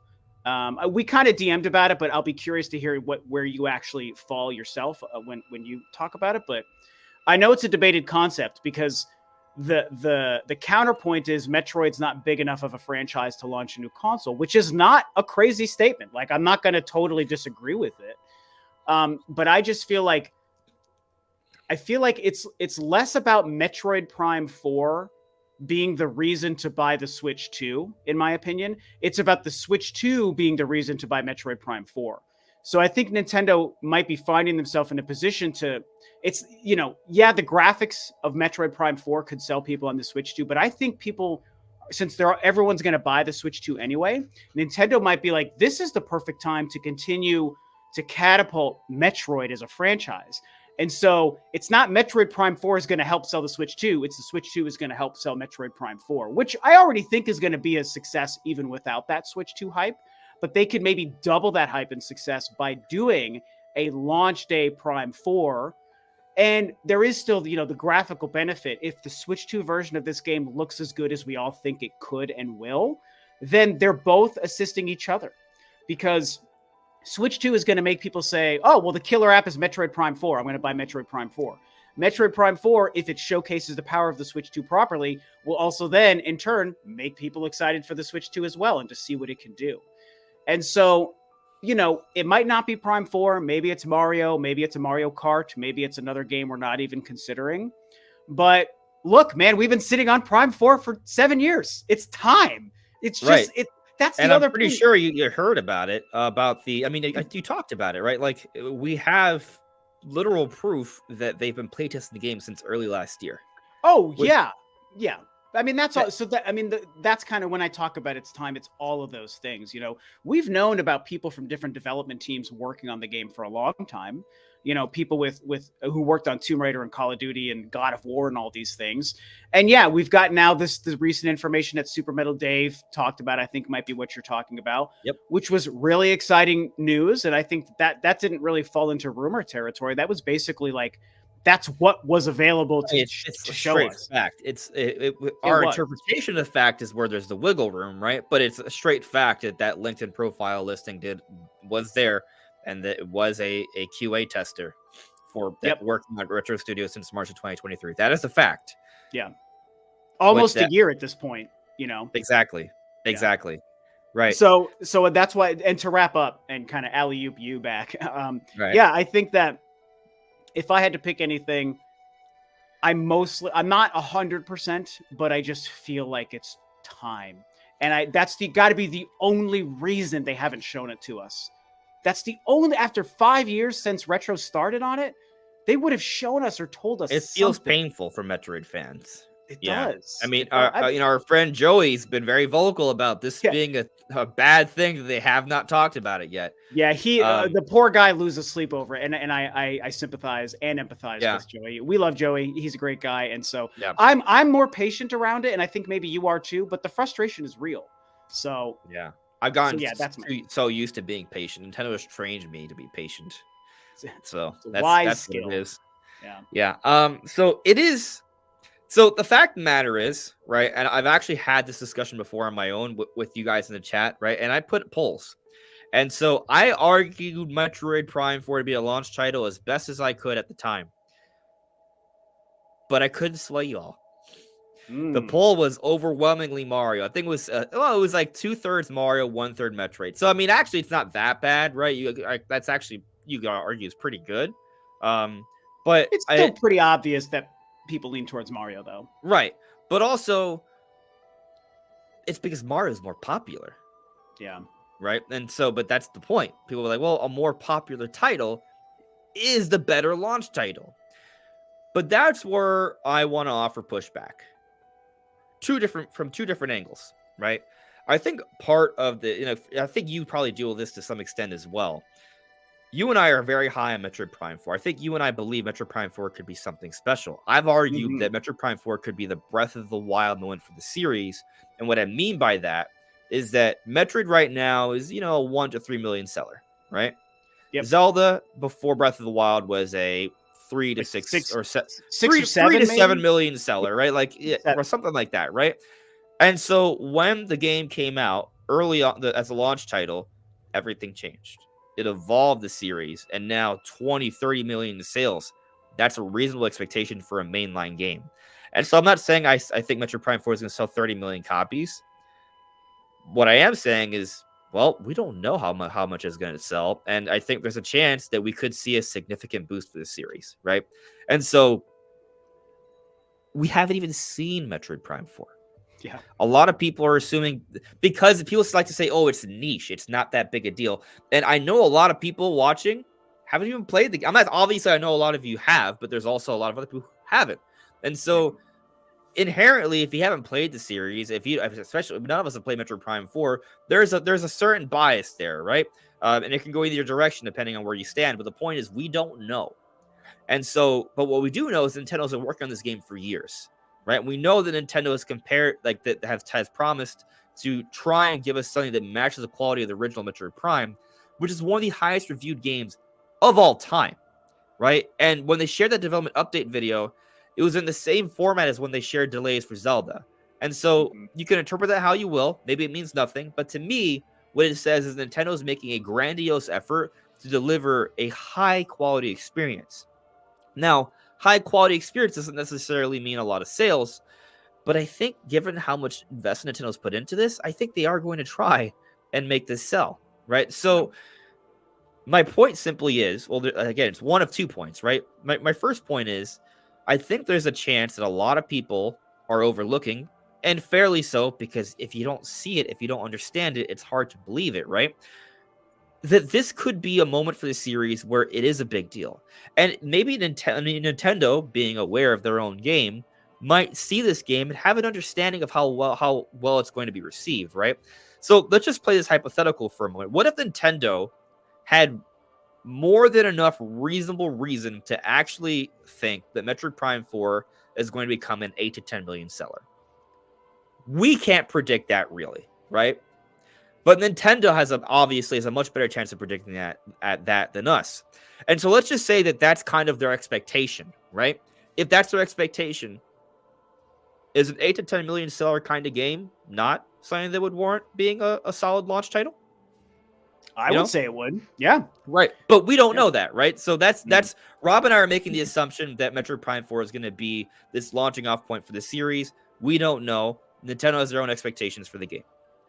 And so with that in mind, it's kind of hard to gauge how popular it is, right? But regardless, though, I think even even the best case scenario, 3D Mario is going to outsell Metroid Prime 4, right? Like I think we all agree with that. Yeah, I mean, right? yeah, that's right. And so still, no matter how you spin it, Metroid Prime 4 is not going to be as popular as Mario, like 99%, right? But this goes to my second point. Does it really need to be the most popular possible game to launch your system? Because let me take you back to what I brought up earlier. When Nintendo has their initial launch, they'll be able to put out 2 to 3 million systems for those first couple of weeks. 3D Mario, right? If it's going to be nearly as exciting as, like Tears of the Kingdom, right? Let's sell 10 million in 3 days. They're not going to be able to meet demand with 3D Mario at launch. It's going to be, well, I think it's fair to say impossible. So there is that to consider. Now, does that mean you don't launch the system with 3D Mario? I don't know, because there's 2 different ways to look at it. From one perspective, right, you can look at it, and this is the argument for Metroid Prime 4, right? You could argue, well, if you can't possibly meet demand for 3D Mario at launch, save 3D Mario for maybe like the October release, right? If Switch 2 is coming out, say August or September, right? Build up more units out there. So there are only maybe 8 to 10 million people for the holidays. So most people can get 3D Mario if they wanted it at first, right? And so they can meet demand with 3D Mario. And so they launched Metroid Prime 4. Like that is possible, right? And when in the case of Metroid Prime 4, we think it's going to be a cross-gen title. And so maybe you launch at first on Switch 2. It has all the visual enhancements, 4K HDR, ray tracing, better draw distance, instant loading. It's a $70 release on Switch 2, right? And it showcases the system amazing. Maybe even has online play. Like it's just like the most ideal form of Metroid we could possibly imagine, right? It does well, and then maybe a week or 2 later, they release it for Switch at $60, and it still looks amazing for Switch. It's still an incredible version on Switch. And so the people that aren't ready for Switch 2 get Metroid Prime 4. And so you're meeting the demand, and Metroid Prime 4 is able to really reach a large audience and have great sales. That's one perspective, right? That's the argument for Metroid Prime 4, right? It's such an impressive game, to your point, Rob. The system sells Prime 4, and it's just kind of like people are just excited on the system and going to pick it up And, not that many people, you don't need to, you're not going to sell 10 million at launch anyways, right? So that's the argument for Metroid Prime 4. But on the other hand, you could argue that Nintendo putting out 3D Mario at launch, knowing that not everyone is not going to be able to play it immediately, there's going to be such an incredible demand. And so there's going to be a clamoring for this game that not everyone can play. And so that stirs an excitement. And that may keep people talking about it, even though not everyone can get it. And so, it's tough. I think it's honestly tough. Yeah, it is. And I'll throw out another angle. I know I've been talking for a while, but, when I've suggested Metroid Prime 4 being the launch title, by the way, I noticed that Nintendo Prime rated the live stream. Thank you, man. We went from 270-ish to 320-ish. So that's kind of wild. Oh, nice. Too bad it's 10 minutes before I have to go, but that is very cool. Thank you. That's crazy. Yeah. I mean, but it is in the meat of the discussion, right? This is what we really want to talk about. Yeah. But so, you have those two different perspectives, right? From one perspective, if not everyone can buy Mario at first, it creates a demand and a clamoring for the system. But on the other, right, you wait a couple months, everyone can get Mario for the holidays. It's the big holiday release. And Metroid, everyone gets to play Metroid. It has its boost, right? But I'll say, whenever I made the argument for Metroid Prime 4, I don't think it would be the only game. I don't think it meets. I think you got to put something else out there. And so, I'm not saying, it's only, Metroid Prime 4. I'm saying Metroid Prime 4 in conjunction with, say, Super Switch Sports, as Josie suggested on the Game Explained video we all collabed on a few weeks ago. Or as what I personally am pulling for, a new version of Nintendo Land or something along those lines, like a really fun. They need to recapture that. They need to recapture that concept with the Wii Sports and the Nintendo Land thing. I totally agree. What we basically all thought 1-2 Switch should have been, but wasn't. Right, but 1-2 Switch was not good. Well, yeah, but it's not good because you had to buy it for $60. But if it was a free pack-in game that came with the Switch, people wouldn't have judged it as harshly, and they would have been like, sure, this is fine. This is showing me what the Joy-Cons can do. Yeah, I played it though. Like, to me, it doesn't have the same magic as the Sports Series or Nintendo Land, though. Oh, I agree. Yeah, I mean, look, I went to the Switch event in January before the Switch had launched in 2017 and played it in a public setting, putting it on YouTube channels and stuff. So, and that was my only experience. It's not a Nintendo Magic kind of experience like you're talking about, like Nintendo Land. Just as a general concept of, here's some free software that's going to come with our new generation console to just let it kind of try out what it does. In fact, fun fact, the PlayStation 5 came with their own version, the Astrobot Playroom game thing. Yeah. Which is actually really good. And what it does is showcases I love the DualSense controller personally. I'm a huge fan of it. And the haptic feedback and the triggers and all of that, all the cool features of the controller are showcased in a really fun platforming game. That's like a complete game, and it's celebrating PlayStation history, and it's got all that kind of charm to it. So that's what I think that could have done. I wanted to go back to the Metroid Prime 4 thing, though, and even compare it. Yeah. And even comparing it to the Mario thing, because it should be noted that, I doubled down on, if I was to pick, Prime 4 makes more sense, or is more my prediction, I should say, for the launch title than the 3D Mario. But there's such a strong case for 3D Mario, and you made a lot of those points. One thing we can't forget, I could almost see a 3D Mario, if it was the launch for Switch 2, kind of performing the same way that Breath of the Wild did for the Switch. Because do you remember this? When the Switch launched, Breath of the Wild had this insane attach rate of 102%. So people were buying the game before they had a Switch, right? Exactly. So sadly, I don't think Metroid Prime 4 would hit that. But if they chose Mario as the launch over Metroid Prime 4, I think that's what Mario would achieve, which is kind of aiding in that point you were making. And it's one of the very strong cases for why Mario could be the better launch title or the launch title they go with over Metroid Prime 4. I still ultimately think, going back to, again, some of the DMs we were having even before we had this, I think that when I envision the Switch 2 launch and I only think of software, one, you were just making this point too, Metroid Prime 4, if it was the launch title, I think it's only launching as the killer app amongst other games. It's not going to be a Mario 64 situation where the 64 launched with only 2 games. and it was basically Mario 64 and I think Pilot Wings, which I loved, by the way.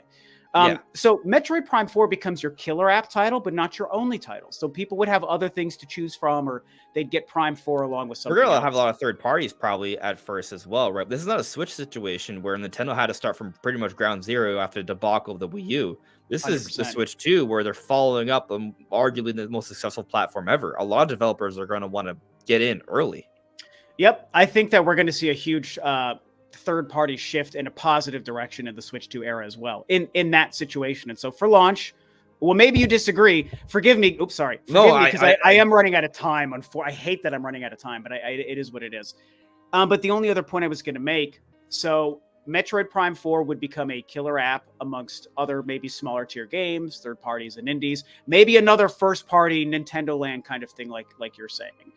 But I also feel like the Switch 2, if Nintendo's smart, they're looking at 2 launch kind of periods. Beyond the selling the console period like we talked about with Holiday, they're going to have a killer app for launch, and then they're going to have a post-launch huge title. And so, per our theory, Metroid or Mario are the 2 games. One of them will be launch, the other will be the post-launch that maybe releases a month to 3 months after the Switch 2 comes out, right? Which could coincidentally also line up with the holiday based on when the Switch 2 could launch. When there's So more Switch 2s available. There's exactly. So that's the part of why I feel your ideal launch title is Metroid Prime 4, the smaller of the 2, which will help boost Metroid sales. And then your follow-up title, which could release in the fall or holiday, is your Mario. So everyone could say, okay, in August, I can buy the Switch 2 and Metroid Prime 4. Then just a few months later, in October or November, 3D Mario comes out. Let's freaking go. Black Friday sales time. And they kind of achieve what the Switch 2 or the original Switch, I think, did almost by accident, where it launched with Breath of the Wild. And in my opinion, that post-launch title was Mario Kart 8 Deluxe. I think that was, I want to say April, maybe it was May. It was like a month or 2 after. Yeah, I think it was April. I think it was April. Yeah. And I think that, no one foresaw Mario Kart 8 Deluxe's success being what it is. Even Nintendo, I guarantee it. I think Nintendo thought the post-launch title was going to be ARMS. And ARMS did fine. I think that might have been the May title or June. ARMS, it's a good game. I have ARMS. It was fine. And it did well. It sold a couple million, and that's fine as a new IP. Solid. Yeah, but I think that what ended up happening is Mario Kart 8 Deluxe became that post-launch title that just blew up huge and continued the momentum. So now I'm hoping Nintendo can anticipate that success and that business model. You launch with one of these 2 big games, and then your follow-up big game that everyone knows to expect a month or 2 after the Switch releases is the other one. And that achieves not only sales success for the Switch 2 and for these 2 titles, but it's part of that, going back to what I was saying earlier, it could be part of Nintendo's smart marketing around this is how we're promising an exciting launch future or library future for our system. It's not just buy the Switch 2, play the killer app on day 1, and then just sit around twiddling your thumbs until we reveal the next game. We want to let you know right out of the gate, you've got a big title on day 1, and then right around the corner a few months later is your next big title. Yeah. That 1-2 punch is so smart in terms of sales. Yeah, and I personally think that we're getting the next Mario Kart by the end of the fiscal year. So like March 2025 is like that fiscal year ending banger. Yeah.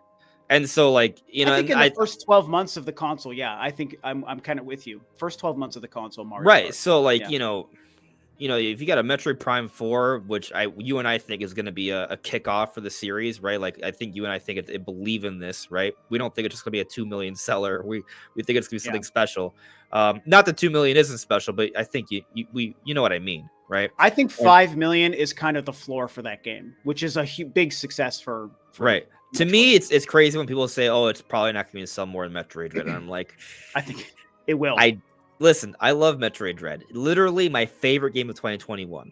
I enjoy 2D games in general. I just beat Mario, not just, but like for the holidays, I 100% Mario Wonder, right? Probably. Yeah. I started playing Golden Sun. Like I like retro games, side-scrolling games, Metroidvania. Like I have to ask you. Forgive me for interrupting, because again, I'm gonna have to pop out in a couple minutes. Sure. This is derailing, but it's also on topic. Have you played Prince of Persia?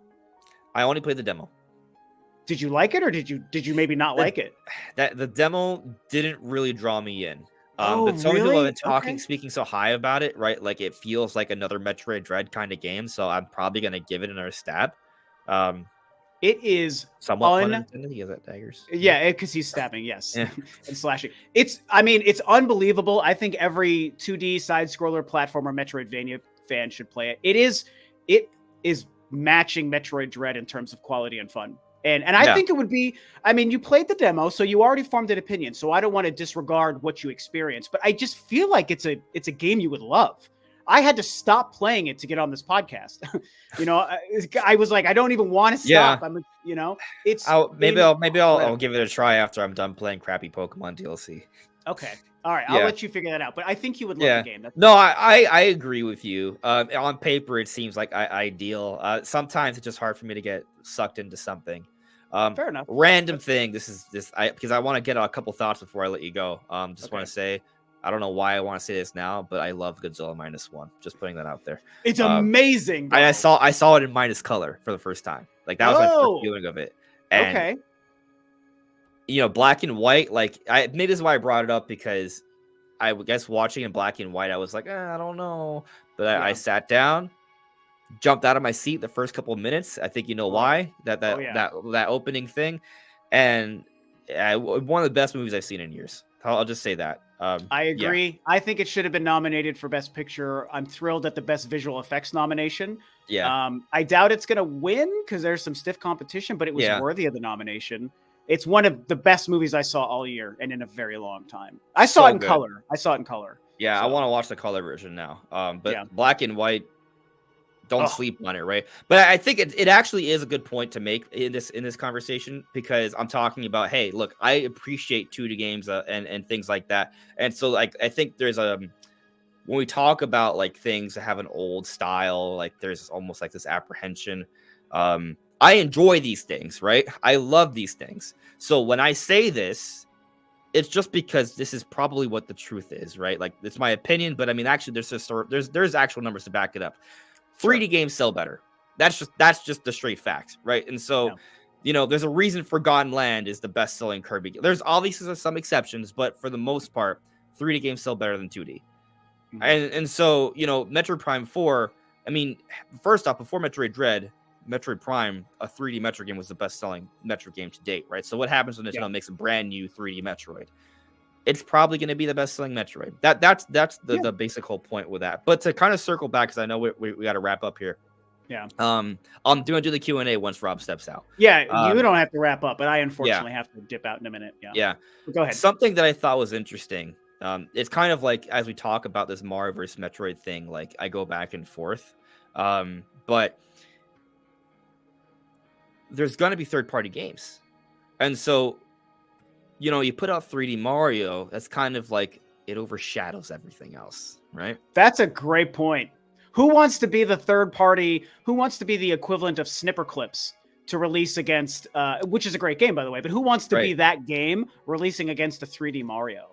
And that may be why Nintendo sometimes has like lackluster launches, because they're like, oh, we got third parties this time, right? Mm-hmm. And so maybe that's why they're like, hey, listen, we might have third parties, but we're still coming out, swinging. But I would argue a Switch Sports 2 or a Nintendo Land Plus Metroid Prime 4 is coming out swinging, especially if you have 3D Mario coming out 6 weeks later, right? Yeah. So that's fine. Anyway, well, I guess,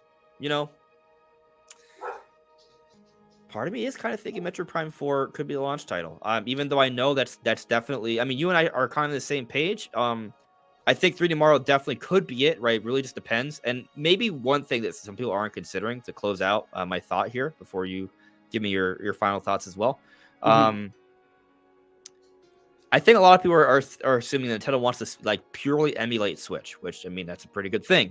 But at the same time, circumstances are different. When Switch came in, it was when Wii was dead, right? There wasn't third-party support, right? Yeah. And they were trying to transition from 3DS, but also maintain it at the same time. This is an entirely different scenario. Yes, they want to emulate Switch success, but with different circumstances, you may have a different result if you do the same thing. So I think they just have to look at the situation for what it is and think critically and respond, with that in mind, right? So if we assume, oh, well, they got to put out a huge game like Breath of the Wild to start things off as the only game, maybe that's not the right approach because this is not the same circumstances. And so 3D Mario would be kind of them emulating, right? Mhm. But, Metroid Prime 4 plus Nintendo Land or something like that with strong third-party support, a game immediately after from Nintendo, another game immediately after. Like, so, if we have Metroid Prime 4, Super Switch Sports, then we have maybe another game. Let's just put F-Zero GX Remaster. Just, for shits and giggles in between. Fingers crossed, man. Right? 3D Mario in October, Pokemon with the graphics patch in November, and I don't know, something crazy in December. I can't even imagine what. Man, Pokemon is such a good point, though. I don't even think about it because I'm a weird Nintendo fan who doesn't play Pokemon games, but that's another. I mean, unless maybe the Pokemon game for this year, because they do one every year, right? If I'm not mistaken, they release something Pokemon. Yes. So if not, it's DLC, which is new game or DLC. And we just had DLC, so yeah. So they would probably.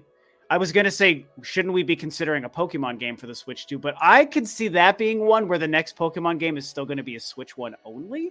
Does that's how they always handle it, though. Yeah, Game Freak always as a late transition. But I personally am thinking that they'll have Switch is going to be backwards compatible. You'll be able to play the Pokemon on the new system. It's going to release for Switch 1. The backwards compatibility thing changes all of this in so many ways, though, doesn't it? It's a whole other layer. It is a whole other layer, right? Hugely, especially when we talk about if like Prime 4 is cross-generation. Yeah, right? well, I mean, Twilight Princess was cross-gen, and that is still backwards compatible, so, it was, yeah, you're right, because the Wii played GameCube discs. Is that what Yeah, exactly, right? So I still think we should expect like an enhanced version, right? Twilight Princess had motion controls because that was the draw on GameCube, and Switch Wii wasn't that much more powerful than GameCube, but I think with Switch 2, it's going to be about visual and performance enhancements. Like I hope so. Yeah. If this is probably the last point, and I'll have to pop off here. Yeah. But my only fear, this is actually going to be a video topic for me eventually. But my only fear when it comes to Prime 4, in a world where it is cross-generation and we don't know what they do with the release between the two consoles, is if the Switch 2 version isn't really all that enhanced. That kind of is Nintendo's MO when you think about it. So we all picture and desire a significant difference, especially visually, between the Switch version and the Switch 2 version of Prime 4, if that's the plan. And I still think they ultimately will make it significantly different, but what if it's not? I mean, Breath of the Wild and Twilight Princess are not very different between the two versions. And so this might be the time for Nintendo to change that up and realize the incredible value of making the Switch 2 version much better than the Switch version. And again, even the cross-generation is a theory. None of us even know if that's true, but maybe they realize this is the time we got to show the power by making two very different versions. But I also think Nintendo might not do that. They might be virtually identical. And so that's an element. I know you're still pulling for an improved version, but just to kind of counter the point, right? Yeah. Mm-hmm. Technically, it's not a significant difference, but technically, Breath of the Wild and Switch was visually enhanced. It was not. It was 900p. So slightly though, right, Lee? It was only marginal, but also Switch is only marginal more powerful than Wii U, right? Yeah. Yeah, but do we want a marginal? Do we want just a slight resolution difference between the two, or do we want it to look like a generational difference? So that's the thing I'm really talking about. Yeah, you're right, but that's more what I'm talking about. Sure, no, and I think it's valid. And so there is a little concern I also share, but I also think with Switch 2, when you think about what it is, from what we've heard, the big draw is the performance enhancements, the visual enhancements. And so if you're going to put out the system to showcase the system to an extent, then you might as well take advantage of those features, right? If you think about it from that perspective, it does make more sense. Twilight Princess on Nintendo Wii, they took advantage of the core draw of the system, which was motion controls. The controls, which were awesome. They worked well for the aiming and stuff. It was so cool. And then for Switch, while obviously, I mean, the core draw of the system was it being portable, right? So they got Breath of the Wild on the system. They also, though, and maybe I'm going to be in the minority on this, but they nerfed the Wii U version because of that. They did. It really bothers me. It does. And Yeah, I know. I totally understand it, but I think it serves my point though. yeah, They you're s- right. I get it. they catered each cross-gen transition to the abilities of the current system. And so for more hearing a Switch 2, this is going to be a significant leap, right? Wii from GameCube was not a significant leap. Switch from Mhm. Wii U is not a significant leap, graphically speaking, right? They Yeah, are better, but only yeah. marginally, right? Mhm. Switch 2 from Switch is going to be a dramatic difference. So from that Hopefully, yeah, perspective, I think it makes more sense. And also, the Zelda team in general is known for being very conservative with their ports, right? Or yeah. remasters. Mhm. Other studios, not so much. So, I mean, just look at Metroid Prime Remastered. Yeah, 100%. Well, and even to that point, the ports of Wind Waker and Twilight Princess to the Wii U were not handled by Nintendo.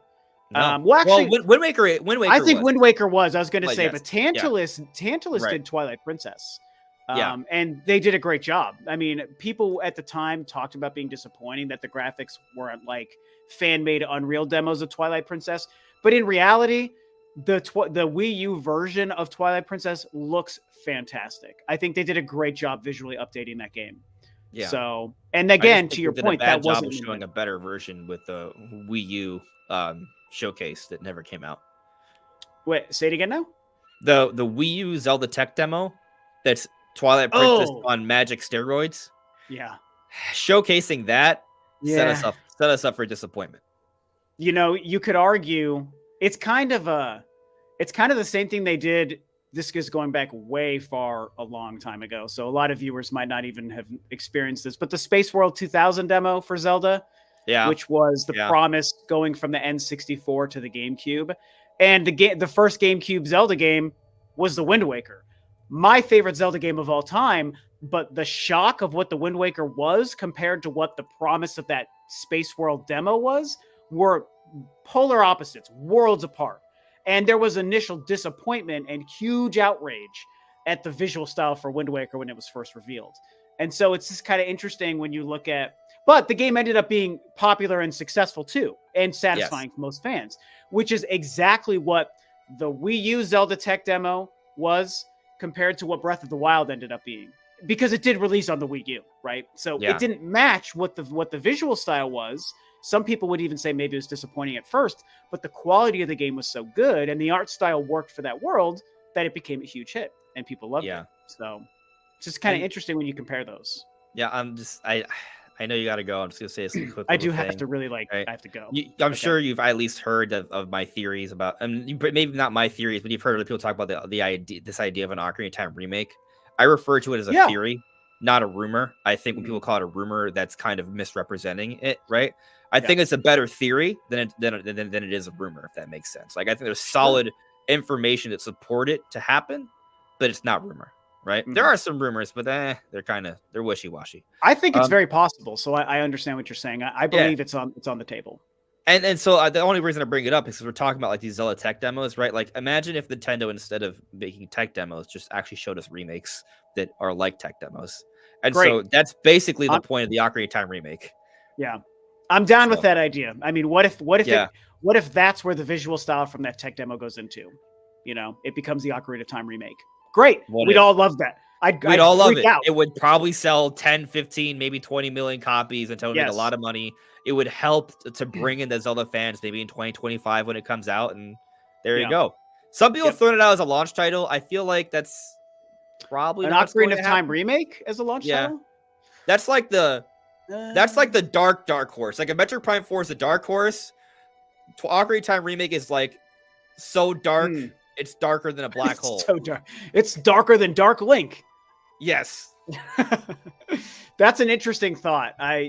That's a whole different conversation because then it's like, Yeah. is it smart to launch with a game that's an old game even though it's remade? So that's a whole I mean, I can of would be worms. extremely excited for it. Sure, me too. Don't get me wrong, but like you think of the discourse, that could exist from that decision. So there's a whole different debate there that I Yeah. unfortunately do not have time for. I really have Yep. to go, unfortunately. So I'm sad that I have to go because I love this, but we got stuff to do.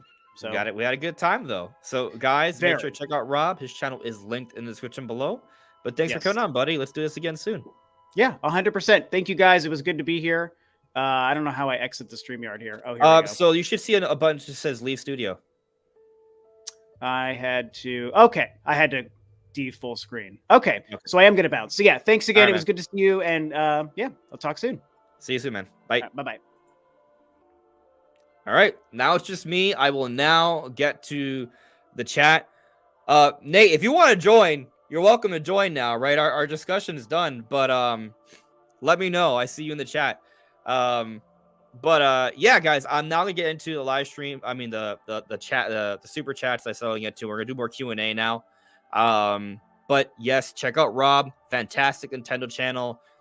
He is linked in the description below. Rule of True Review. And apparently Nate's going to join now too. We're having a double header. So I will invite Nate over, and Nate from Nintendo Prime. And then I'll get into, while he comes in, I'll get to the chat. Finally. I know a lot of you guys have been waiting because somebody put up some super chats earlier on. I am now getting to them, right? I've been aware. So firstly, Karen Buckley, thank you for being a member for these last 2 years. It's been very much appreciated. Thank you very much. And we also have a new member. I'm Just Cody. Welcome. Glad you've joined. I really much appreciate that. I will point out, members, you are featured in the credits for all my videos. Also, you have access to emojis during live streams. And, if you want to suggest a topic or schedule a call-in at some point for the show, those are options as well. So, the Nintendo Project asked this earlier, right? But I didn't need to focus on the discussion at the time. Let me invite Nate in real quick. Hey, Nate, what's up? Hey, man. How you doing? Pretty good. I'm just catching up on some super chats here. Guys, yeah, Nate from Nintendo Prime, right? So, if you haven't followed him before, definitely check him out, right? We were talking about his video or to start the discussion earlier. So if you're curious on that, but let me get to the super chat here because it's been a long time coming. So the Nintendo Project, thank you for super chat, said or asked, what would you guys think of a Sword and Shield skill tree branch for Metroid Prime 4? Something for different enemy types. I think it would be cool. So I know this is initially asked when Rob was on earlier. I'm trying to understand what a Sword and Shield skill tree branch, because I'm thinking about Pokemon Sword and Shield, and I don't know about any skill tree branch with that. However, I do like the idea of Metroid maybe having a skill tree branch. The other day I put out a poll about like how they should handle the beam weapons, right? Like because Prime 2 and 3 had different beams you could choose. In Prime 2 they had ammo, which I think was a mistake. Because it didn't allow you to use the beams as much. And that was kind of part of the fun, just shooting all willy-nilly without worrying about resources. You have missiles, there's some concern there. And then Prime 3, they just did one stackable beam, which was cool, but also I missed the variety, right? And the overwhelming decision on the poll, actually, I don't remember quite the results, but I know that the single stackable beam was not something people wanted overall. It was either A, go back to the way it was in Prime 1 and 2, where you have multiple beam options, or the hybrid option in the poll that I suggested is you still have multiple beams, but each beam can develop as you progress in the game. So maybe to your point about a skill tree, maybe as you progress in the game, you can find different abilities or power-ups, and each beam weapon type you have evolves and develops. And so they each have their own things that you can do in the environment. And so there's environmental puzzles and enemy types that encourage use of different styles of beams, so more variety to the gameplay. I don't know if you have anything to add to that, Nate, if it sounds like a cool idea or not. No, that sounds great. Yeah, so I mean that's kind of my thought process on like some variability with what we could do with Metroid Prime 4, but obviously it's just my own speculation. I don't know. However, if something makes sense, then other people may think of it too, right? So, we'll see. That's definitely happened before, where we theorized on things because they sound really cool, and then they eventually happened because the developer probably also thought, oh, that sounds like a really cool idea. Let's do it. So, yeah. Moving on here. Attack the Backlog. Awesome podcast, dude. Welcome, Rob. This is from earlier. I appreciate the super chat, man. How do you guys feel about Switch 2 being a multimedia machine and possibly having Netflix-style movie TV service? I actually think that yeah, I mean, I think it was kind of weird that Switch didn't have all the apps from the get go. This still doesn't, has just some. Um, I think maybe some of that had to do because they have a very simplified format with the operating system, and it's very game focused. There's minimal resources dedicated to the operating system, just enough so it's very seamless, but also it's simple, so you don't need that much resources. Switch 2 might have more overhead there, so maybe they can explore more with just having different features on the operating system, and maybe that also leads to a direction of, hey, let's just make this a straight up multimedia device like most other consoles. I hope so. I mean, heck, the Wii U had all these options already, right? It was slow, but it did have them. The 3DS had Netflix. The 3DS had Netflix. That is true. I remember that. I also remember having Crunchyroll on my 3DS, and I was watching Naruto at 240p on my new Nintendo 3DS back then. Yep. Crazy. Wild. Exactly. I almost said wild, but lately I've been saying wild a lot, so I held back. And then you said it for me, and I was like, damn it. I've been trying to wipe it from my vocabulary because it's been coming up too much lately for me. Yeah, but anyways, I mean, I love it, and I think it's more likely than Switch 2 is likely to have more options than Switch 1. Yeah. There was also that patent that Nintendo might have like their own multimedia thing for their own stuff. I saw something like that. I haven't really focused on it yet. Whether or not that actually comes true, because again, it's a public patent already, so right. chances are it got scrapped. But it's still one of those things where Nintendo's clearly looked into it, and I don't. It's just interesting to think about if Nintendo might do something like that, because they obviously have the Mario movie, we have the Zelda movie coming up. There's going to be more animated movies, clearly. They have all their old TV shows they have all the rights to, they could bring back. If they decide to team up with Pokemon, then all of a sudden you got all the Pokemon movies and shows that you could also throw on that service. So it would be kind of interesting. I think the big thing is, like on Switch, for some reason, they just don't have a lot of applications for multimedia, but they do have some, and it's not like they're against having it. I know we heard rumors and reports from, not even like Reggie just straight up saying, why isn't Netflix on Switch? I don't know. Go ask Netflix. And then Netflix responded by saying, go talk to Nintendo. So clearly they wanted to be like, they wanted Netflix on the system, but there's some sort of contractual dispute that we just don't know. So it's all about, is the new Nintendo under Furukawa going to be more flexible to come to terms with these streaming services to let them be on the system? I don't think there's like a, we don't want you here. It's a, can we come to an agreement? And there's so many more streaming services today than there was when Switch first came out. I think there's going to be just lots of multimedia applications. There's no reason. Every device has it.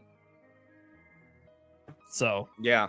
I mean, if Switch 2 is getting more third-party support, maybe Nintendo's going to enter more into the, hey, wait, I mean, if you're going to play Call of Duty and 2K on your Switch 2 and also watch Netflix like you do on other, like on your Xbox, like maybe there's a little bit of that in there where they just kind of want to offer an experience where you don't necessarily need another gaming device. Also of note, if this system supports 4K output and HDR, people might actually want to use their system with their TVs as even like a pseudo streaming stick, like Roku's and stuff like that. So.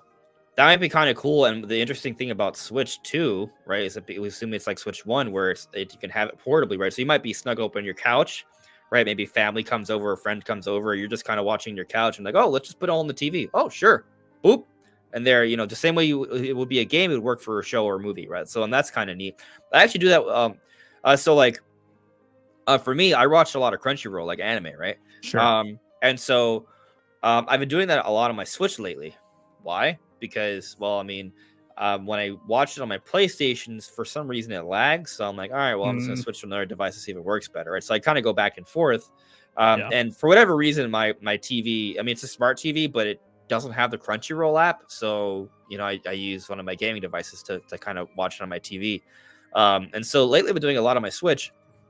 But the neat thing about the Switch is like, say, like, all right, well, when you're watching anime, especially if it's in like One Piece where like the intros are long and then there's all the recap, you could skip through it. But sometimes like, all right, well, I'm going to just let it play while I go pick something up. But maybe I want to like, I'm going to bed and I might like take it with me while I brush my teeth or something, so I have it kind of with me, the same way you might watch something on the phone, but it was on your TV. So it's kind of like an easy pickup sort of thing.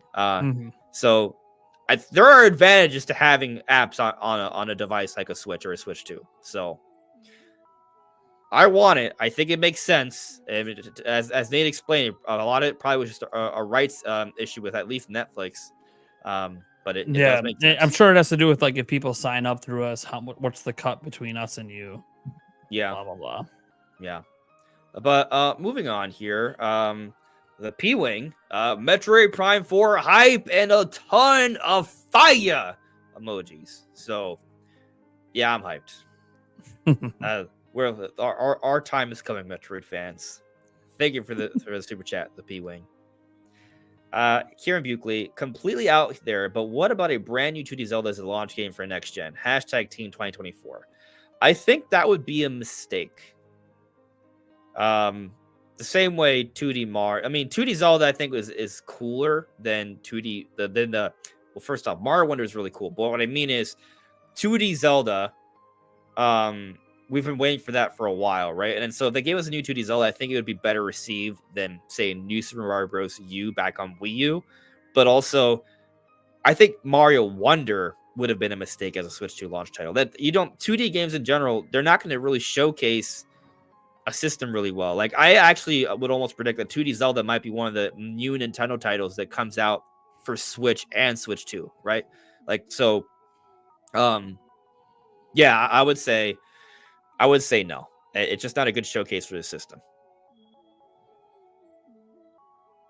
Nate, it sounds like you agree. I really have nothing. Yeah, no, I agree. I mean, this is just not something. Are you mad because he said 2D instead of top down? No, that doesn't matter to me. I know what he means. Yeah. Like, I don't really think it's that big of a deal. It's just not good enough for a launch.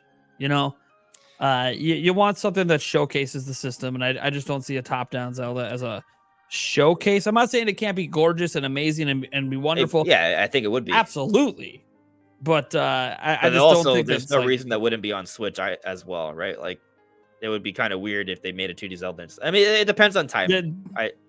I think timing is part of it. I also think just how much are you pushing? There's literal things you can do if you have more power that you might not be able to do, and it's just we haven't seen like a top-down Zelda that's like trying to be this big visual feast, but it's not saying it's not possible. I'm gonna ask you a question that's maybe gonna piss me off. Your answer to this question might piss me off. Because that only the question's gonna piss you off. Yeah. So, what do you think is a better launch title? This is a hypothetical, right? I know you think it's 3D Mario. Yeah. But hypothetically speaking, what's a better launch title? Metroid Prime 4 or 2D Zelda? Metroid Prime 4. All right, we're good. All right, we're on this. I mean, it's the same argument, right? Metroid Prime 4. Well, here's the thing. Here's the thing. 2D Zelda. All right, this is where I get angry. See, 2D Zelda will probably sell better, but here's the thing. I don't care when I'm launching a system. I don't care about which game will sell better when it comes to this, because 2D Zelda won't create demand. Like, people aren't gonna buy the system to play 2D Zelda. They'll just buy 2D Zelda because the system's there. There will be people that will legitimately buy Metroid Prime 4 just because they can, basically. Like, its visuals can be something that make people go, I need new hardware to play this. And I don't think a 2D Zelda pushes it in that same way. So while I think 2D Zelda might sell more overall, potentially, I know it's really hard to say anything because we know what 2D Zelda sells. We know what Metroid's always sold, but we don't know what this Metroid will sell because we haven't seen it, right? So it's very hard to even draw an app, because like there are ways, as we've seen with Nintendo in the Switch era, they could take games that tend to not sell 10, 30, 40 million, and they can make it happen. We just don't know. Like, there's a lot of groundwork for them to do to make Metroid appeal to a mass audience. Maybe they did it. Yeah, I mean, I was talking with Rob earlier. I was talking about so we were kind of debating what would be the launch title, right? And I think there's a little bit of a back and forth. Like, him and I are both back and forth on it. I think we both kind of think it could be either or. It sort of depends on what Nintendo's going to go for. But one point I tried to make, right? I think a lot of people don't take into consideration is that, like, a lot of people haven't played Metroid. First off, there's a lot of non-Metroid fans out there because, I mean, yes, it is a niche series, right? And so that's no shade towards anyone. It's just not a popular series yet. And we haven't even seen Metroid Prime 4. So even if he's played prior Metroid games, we don't know exactly what Metroid Prime 4 is going to be, right? And so it's really hard to gauge for sure what how exactly this game is going to be, and so also predict exactly what Nintendo's thinking. But Nintendo obviously is aware of Metroid Prime 4. They probably have their own internal expectations for how Metroid Prime 4 is going to perform. If there's anyone that can predict how well Metroid Prime 4 will do, it's going to be Nintendo, right? And so if Nintendo has this high expectation for Metroid Prime 4, this is the example I threw out there, right? Let's say hypothetically, Metroid Prime, Nintendo expects Metroid Prime 4 to sell 8 million copies. If it's that kind of game, right? If Nintendo thinks it's that kind of game, then I think they would be willing to put it out as a launch title, right? But that's also, we don't know that, right? And so, and Nintendo does know, but we don't know what that is yet, right? So it's hard to say, but I guess my ultimate point is just simply, let's wait and see what the game is, right? Let's see how people receive the game. Because I think once we see the game, once we have a working understanding of what this game is, a lot of tunes will change. We'll see. That's the hope. Yeah. Right, that is the hope. And so, coming to this next question, I'm catching up on the super chats here. This actually is a good question now that you're here, Nate. Sam Talks with a super chat. Thank you, Sam, for the super chat. Says, can you explain more about what the evidence is for Switch 2 being revealed next week? Is it realistic? Because the whole story comes from Nate. So, yeah, like what? I mean, obviously you trust your source. Everyone else is going to be more skeptical until we see more evidence. They should be. Right. But I don't know if you want to add any, if you want to speak to that in any way. It's not really even evidence. It's just a trusted person who has provided me information in the past, that's checked out and been verified. And literally I've made headlines in, over the years, like many years with this person for correct stuff. The thing is, all they basically said is there are certain parts of management at GameStop. I'm not saying store managers, it could be regional managers, that are being told to prepare for Switch 2 pre-orders. That's it. That's all the actual story is. It doesn't mean Switch 2 is revealed next week. Now, I asked for additional information, and basically it seems that these particular managers would tend to find out about a week. That's how it's been in the past, about a week before a system is revealed and goes on to pre-order. However, that's typical. It's not always typical. That's the thing. This isn't what happens all the time. So it could literally just be later this month. It could be March. The idea is basically that if Nintendo's even communicated to GameStop about it, that communication alone is a huge, positive flag that Nintendo must be unveiling the system soon, rather than waiting till summer, because they wouldn't even hear about it yet if it was waiting till summer. Now, reveal has nothing to do with release, has nothing to do with it being next week. I understand. I put that 30% thing out there. That's just what he said. He was just spitballing. Oh, maybe a 30% chance it gets revealed next week. And that's just based on these particular managers told a week ahead of time.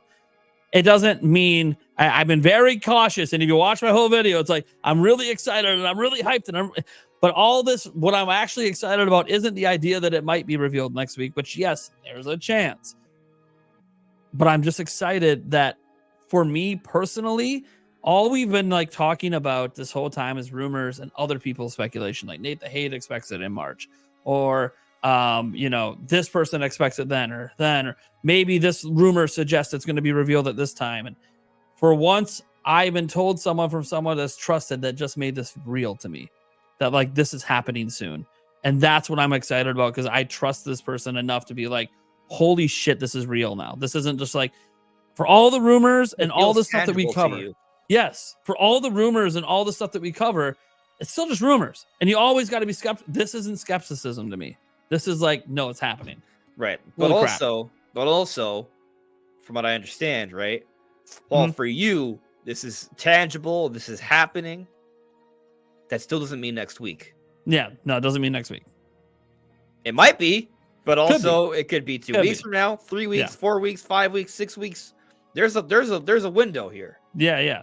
So that's why I said February, March, like I'm just basing this off what he told me, and that like there's been times that some of these managers have been told things a little bit further out, and it could just be because some marketing material might be coming in that they got to distribute the stores. So like a whole lot of situations here. It's just the point is that if they've even been told at all, then it has to be soon, and that's crazy to me because it's just that's what makes it real. Yeah. And then I just throw out there that this is just speculate. I mean, it's all speculation, really. Besides, oh, they were told this. Okay, fine. That's the story. It's all speculation after that. Also, Nintendo just keeps dropping these things on Twitter, even today.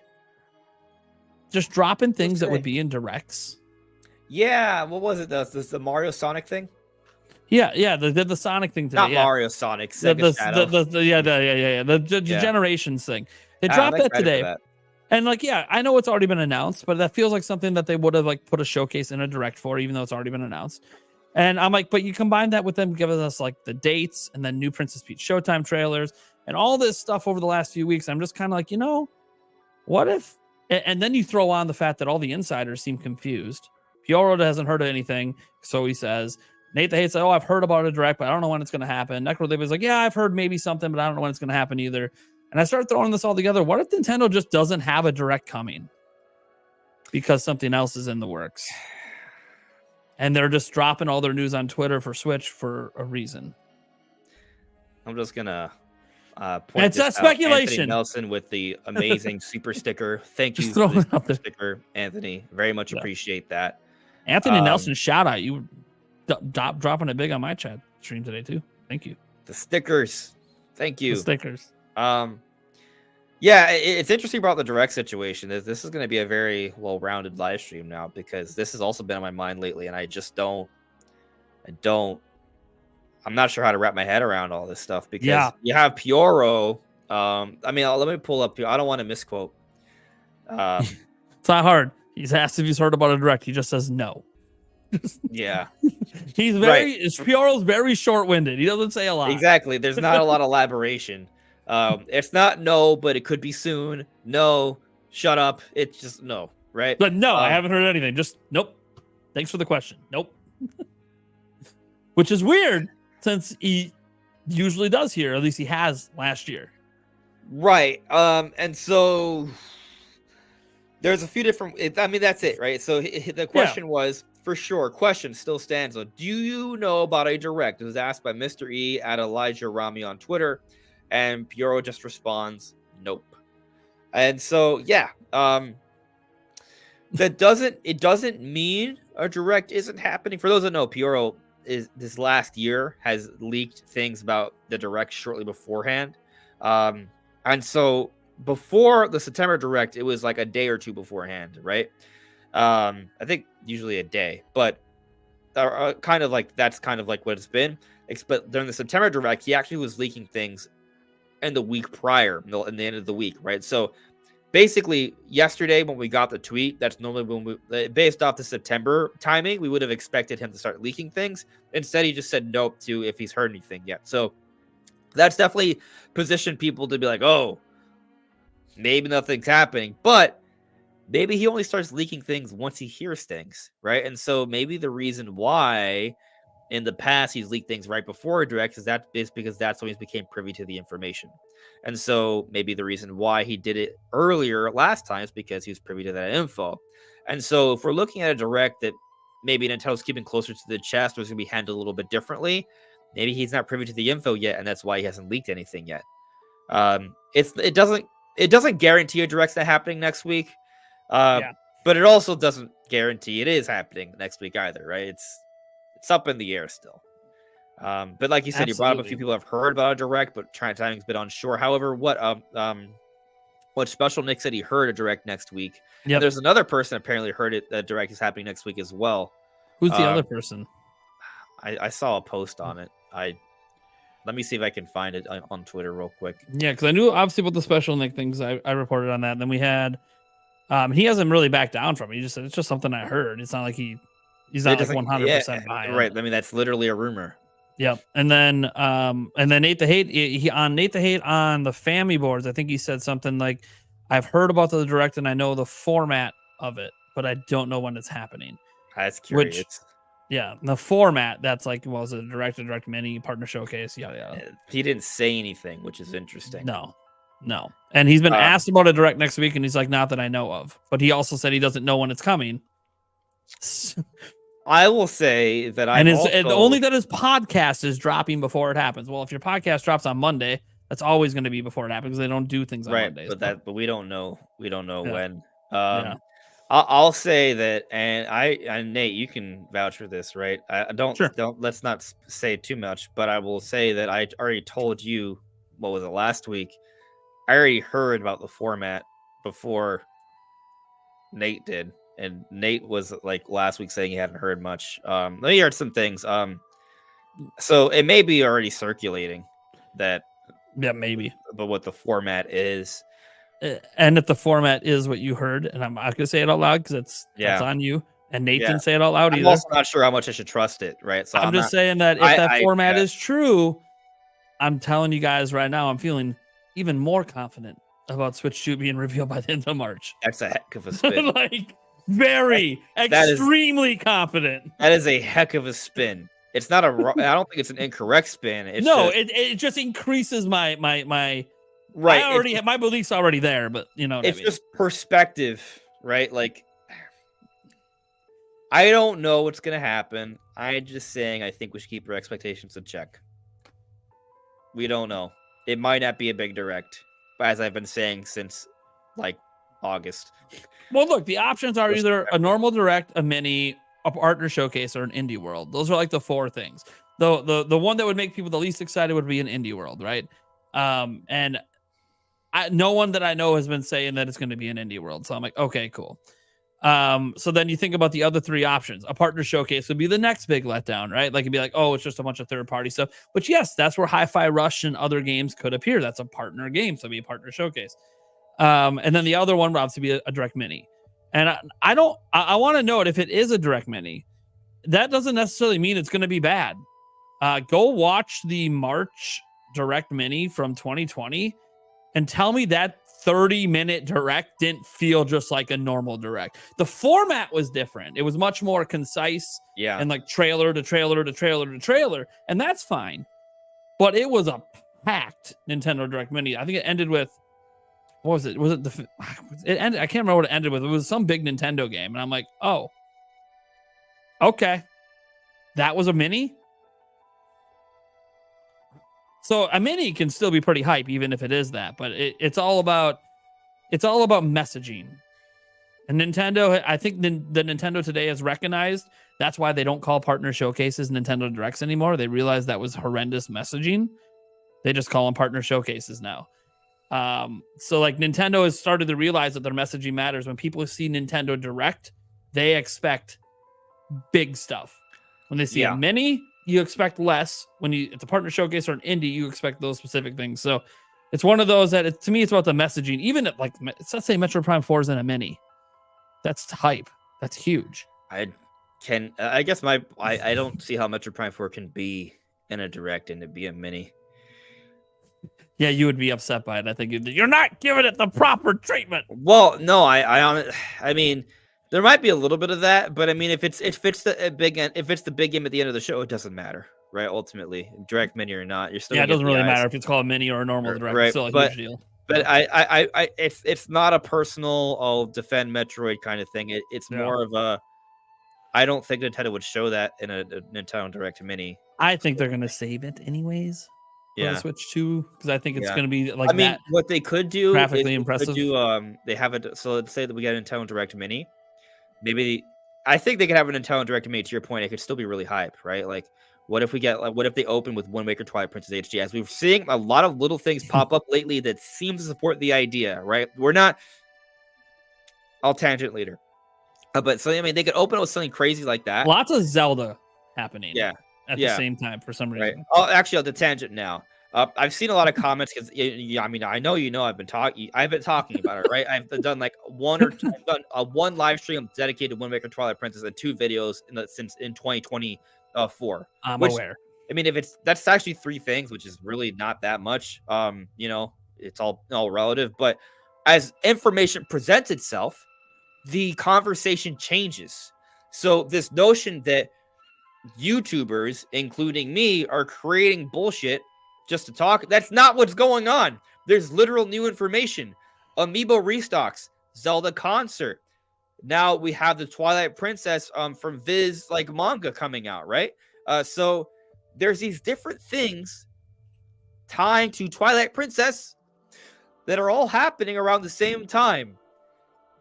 And I think it is. I think there. I honestly am thinking at least Twilight Princess may be shown off soon. Doesn't mean it will. You know, we've seen Nintendo put out promotional stuff for Nintendo franchises and it doesn't amount to some type of release. But we're not talking about it. We're talking about a port of an old game. So I don't even think it's that crazy if you put it into perspective. It's just something we want, right? Yeah. That's why it feels crazy waiting for such a long time. But anyways, that tangent aside, no, when I talk about things, there's a reason behind it. It's not just for bullshit. If you look at my videos, I have different topics every day. So I mean, it's just a bullshit take that I see all the time that annoys me. But anyway, yeah, it happens a lot. It's comes with the territory, right? Yeah. There's a few different chats I would like to get to. So just kind of keep going here. Yep. Boom Mini with the super chat. Thank you for the super chat. Very much appreciated. Dropping by to say what's up. I'm enjoying today's live stream. Hope all is well. All is well. Thank you for stopping by. I really appreciate that. Boom Mini. Now I haven't been able to get to some of the normal chat, so I actually have several things I want to address that have been in the normal chat. Being on Beak, it's not a joke, but I've got my source in my country that accessories from Switch will be usable in Switch 2. Second thing is gyroscope is important part of accessory for Nintendo Switch 2. So if I remember correctly, Binambik is from Poland, right? That came up earlier. That is interesting if true. Very interesting. I'm all for better gyroscope. That means better motion controls. Or I mean, you know, at least it having gyroscope is good to hear, right? So yeah, I mean, the Joy-Cons have it. But Binambik is also saying that accessories for Switch will also work for Switch 2, which suggests it has a similar form factor. I mean, yeah, I feel like that's almost a given. Yeah, based on what we've heard. 8-inch screen. Okay, then what's your form factor going to be? You're going to make it a diamond? Yeah, it's interesting. Linu Gertz, the Nintendo just might have figured Puro out and seem to not be leaking him. It's possible. Well, it's always possible. Yeah, whoever his contact is. Yeah. No leaker lasts forever, right? Like at least in that format. Right, where they showcase things to that degree. The ninjas took them down. Yeah, I mean maybe it's. I can understand too if because Nintendo is aware that this stuff happens. Yeah. So like with Switch 2 around the corner, I can see them being like, "Do we need to find out however the hell this guy's getting information and stop? It just needs to stop." Yeah, I would argue that he kind of spoiled the prior direct. I think he said too much. He left some things out, but I understand. He didn't. The last direct wasn't that hype in the first place, but that is also true, right? He told us about a couple things, and there was like he didn't tell us about Thousand Year Door. Yeah, so that's good, and that was probably the biggest thing really in there. So what that means is that Puro's not going to tell us anything about Metroid Prime 4. No, he probably wouldn't. Yeah, he probably wouldn't. He would just save it. He'd be like, nah, because that's the thing. He's never ruined the biggest surprise. Right. So. Yeah. Well, Mario Wonder, but that was kind of like the whole point. That was. Yeah. I don't know. But I mean, point is, I'm sure Nintendo doesn't want Puro doing that, right? No, they don't. Right. So they don't want any of the stuff leaking ever. So if they can plug up the leak, they are going to try to plug up the leak. You know, maybe that bingo spot I had for Puro 100% will be wrong, but well, it can't be wrong if Puro just doesn't give you anything. Well, I mean, I think that would count for 0%. Was it 0? If you take a test, right? But if you were just not even invited to the test, you weren't in the class. I guess it depends on the spirit of the point, right? Is the spirit of the point to say that Puro is a legitimate leaker, right? And so as long as he doesn't get anything wrong, there's nothing in being a legitimate leaker. Yeah, I mean, there's no like if he doesn't say anything about the director leak anything, it doesn't suddenly mean that he's not legit. It just means for whatever reasons he chose not to or just didn't know about this one. Yeah, that could be, but But that's one of those things. Like, what if he just stops leaking in general in the future? Well, then we just know. Right. Obviously, his source or his connect or whatever happened is gone. So Yeah. I just saw Having Hope here saying, "Nice, you're still live." And Nate's here. I hope I didn't miss any awesome discussions. Well, there was a lot. I think we had some awesome discussions. So feel free to check out, what do they call Rewatch it. VOD, right? Or just yeah. There's Rob was here earlier. I think we had a really fun. Unlike me, he keeps his lives live after. Yeah, but I mean, my lives I'm a little bit more selective, right? Well, I also have copyrighted music that plays on mine, so it's gonna get Oh, blocked either way. That's kind of tough to do. Yeah. It's like there's no point. I am sometimes upset when I'm like, oh, I didn't get to see his live stream. It's gone. Oh, I can still give you a private link if you really want. There's still technically ways to view it. Fair enough. But I did want to ask you about the I already saw your video, right? So there was a copyright strike, so you couldn't. But I did want to ask you about which video in your live stream coming. Oh, the live stream. I wanted to show proof, but it didn't exist. Oh, well, none of my it existed, but streams are blocked in the last few days, so they're just unlisted right now. You actually went ahead and shared another video that showed more proof. So okay. Yeah, because Special Nick went out and said in other places that direct is happening. Yeah. Then people got mad at me. Why are you even? I'm like, I'm just saying that like people accuse me of making it up, and now here you go. Right. Wilberforce Booster. I'm sticking with my prediction. No direct until Switch 2 announcement. Well, maybe the Switch 2 announcement's in February. What if the direct has a Switch 2 announcement? Like, there's just so many possibilities. Like, I don't think the Switch 2 will be in the direct, right? Yeah. But based off what you heard, if there is some correlation with an announcement happening within a week from now, then that would position it for an announcement in a direct. Yeah, that was the whole thing. Right. The guy wasn't saying it was going to be in the direct. He's just saying, well, if there's a direct next week and they typically find out X amount of time ahead of time, then like put two and two together. But but again, typical is not always. And I don't, one quick moment. I'm getting a phone call. I know. Sure. You can talk. Hey, buddy. Well, I guess I'll talk. Oh, he muted himself finally. Okay. So, what I was gonna say is, what's interesting from my end is that you got to remember, I'm not hearing this directly from, say, a regional manager at GameStop. That would be crazy. But it's a person who hears it from a person who knows a lot of people in relation to GameStop. So it's one of those, I'm still like not the direct, I'm like down the chain a smidge. It just is what it is. I feel how I feel about this, and you don't have to agree with it. And you know what? Maybe March ends and I sit back and watch as the trolls just make me eat crow over and over again. And I just still go, well, I'm still really excited for whenever this thing comes out. I guess I'll just shut up now. It be what it be. No. All right. So next chat here. Xavier Kukalan. Did I pronounce that correct? I think the next direct will include the next Nintendo's console reveal. I mean, it's kind of like speaking to it. I just touched on I don't believe that, but if the timing of things is lining up as what might be suggested, maybe. I mean, it's also possible Nintendo could announce because of the fiscal. We do have the Q3 earnings release happening this week. Yep. We and do. So even if there's not a direct next week, we have interesting news next week because we're at least. I mean, it's interesting to you and holiday me. Sales. I'll say that whenever I personally cover like sales data videos, they don't do well. For me, they don't do that great. They don't unless do you well. come up with like a really unique spin to make. There has to be like some sort of theory or discovery that means something beyond the sales data. They would have to kind of talk about in order for it to make sense. Otherwise, if you're like, hey, Switch sold really well during the holiday, they're gonna be like, good. Like, it just doesn't, it might do better as a Twitter post, right? Because people will just ask, like, oh, okay, cool. Like, but no one's gonna watch a 10-minute video about you analyzing sales data. Okay, no one's obviously an exaggeration. People will. I've done many videos like that. small. It's just a smaller audience. It's Yeah. niche.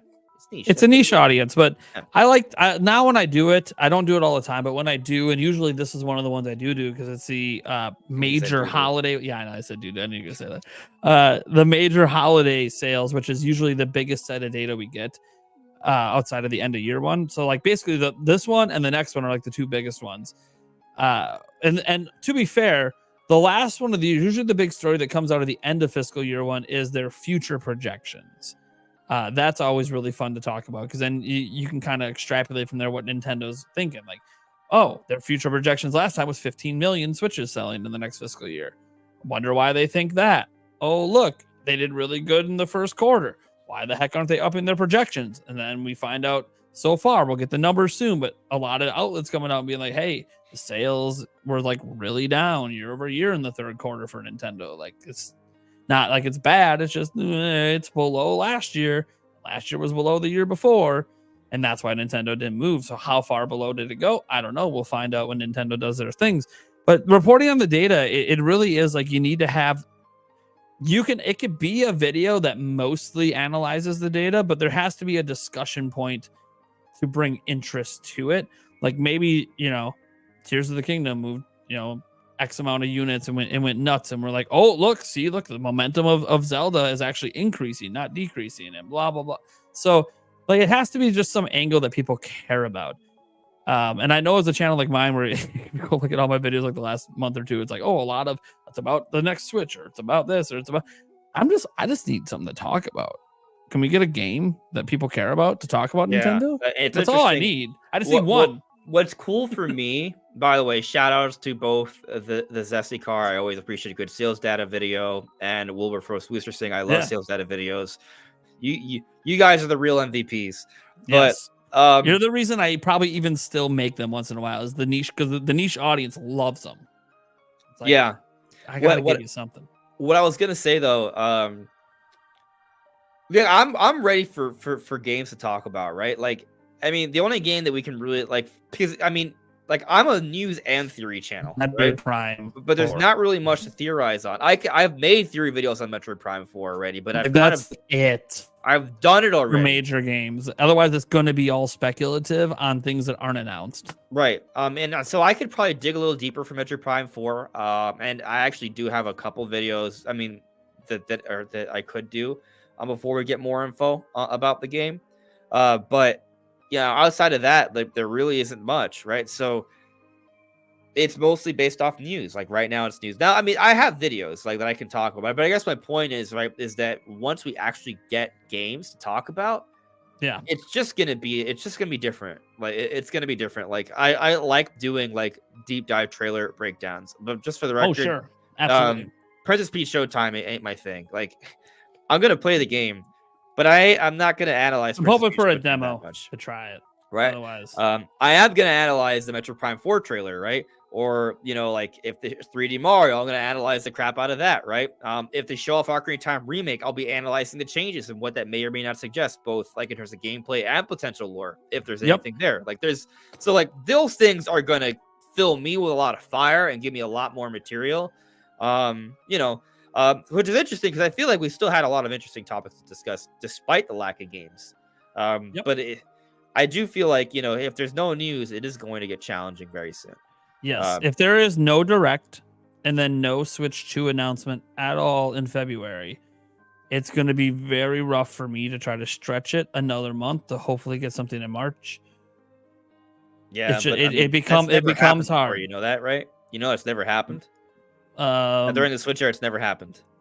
What big game do we know about heading into 2020? Because we got to wait till March for the mini. So no, what I mean is what I made. Well, technically, we had Tears of the Kingdom. I made a leap, right? So what I was trying to say is that we've never gone into a year during the Switch era for the first 2 months we don't get a significant Nintendo news. So think about it. Technically, 2020 happened. We didn't get it until March. There was no significant news. Yeah, we did. But what was it? Oh yeah, the Animal Crossing Direct. Oh, you're right. We did have the Animal Crossing Direct. I forgot about that one. Yeah, and then 2018 we had a Direct Mini in January. Yeah. And we had a major Direct in March, right? And then 2017 it was literally the Switch presentation. Yeah, right? Switch presentation. It's like bigger than it would be weird if there was absolutely nothing. Just like it's also weird that there's not like any big game that we really know. Okay, Metroid Prime 4. Yeah, I know, but come on, guys. We don't have any info about it though. Yeah, like we have a logo and like Yeah. an art piece on Retro Like, Studios. we can whatever. analyze different things, but we don't have any official.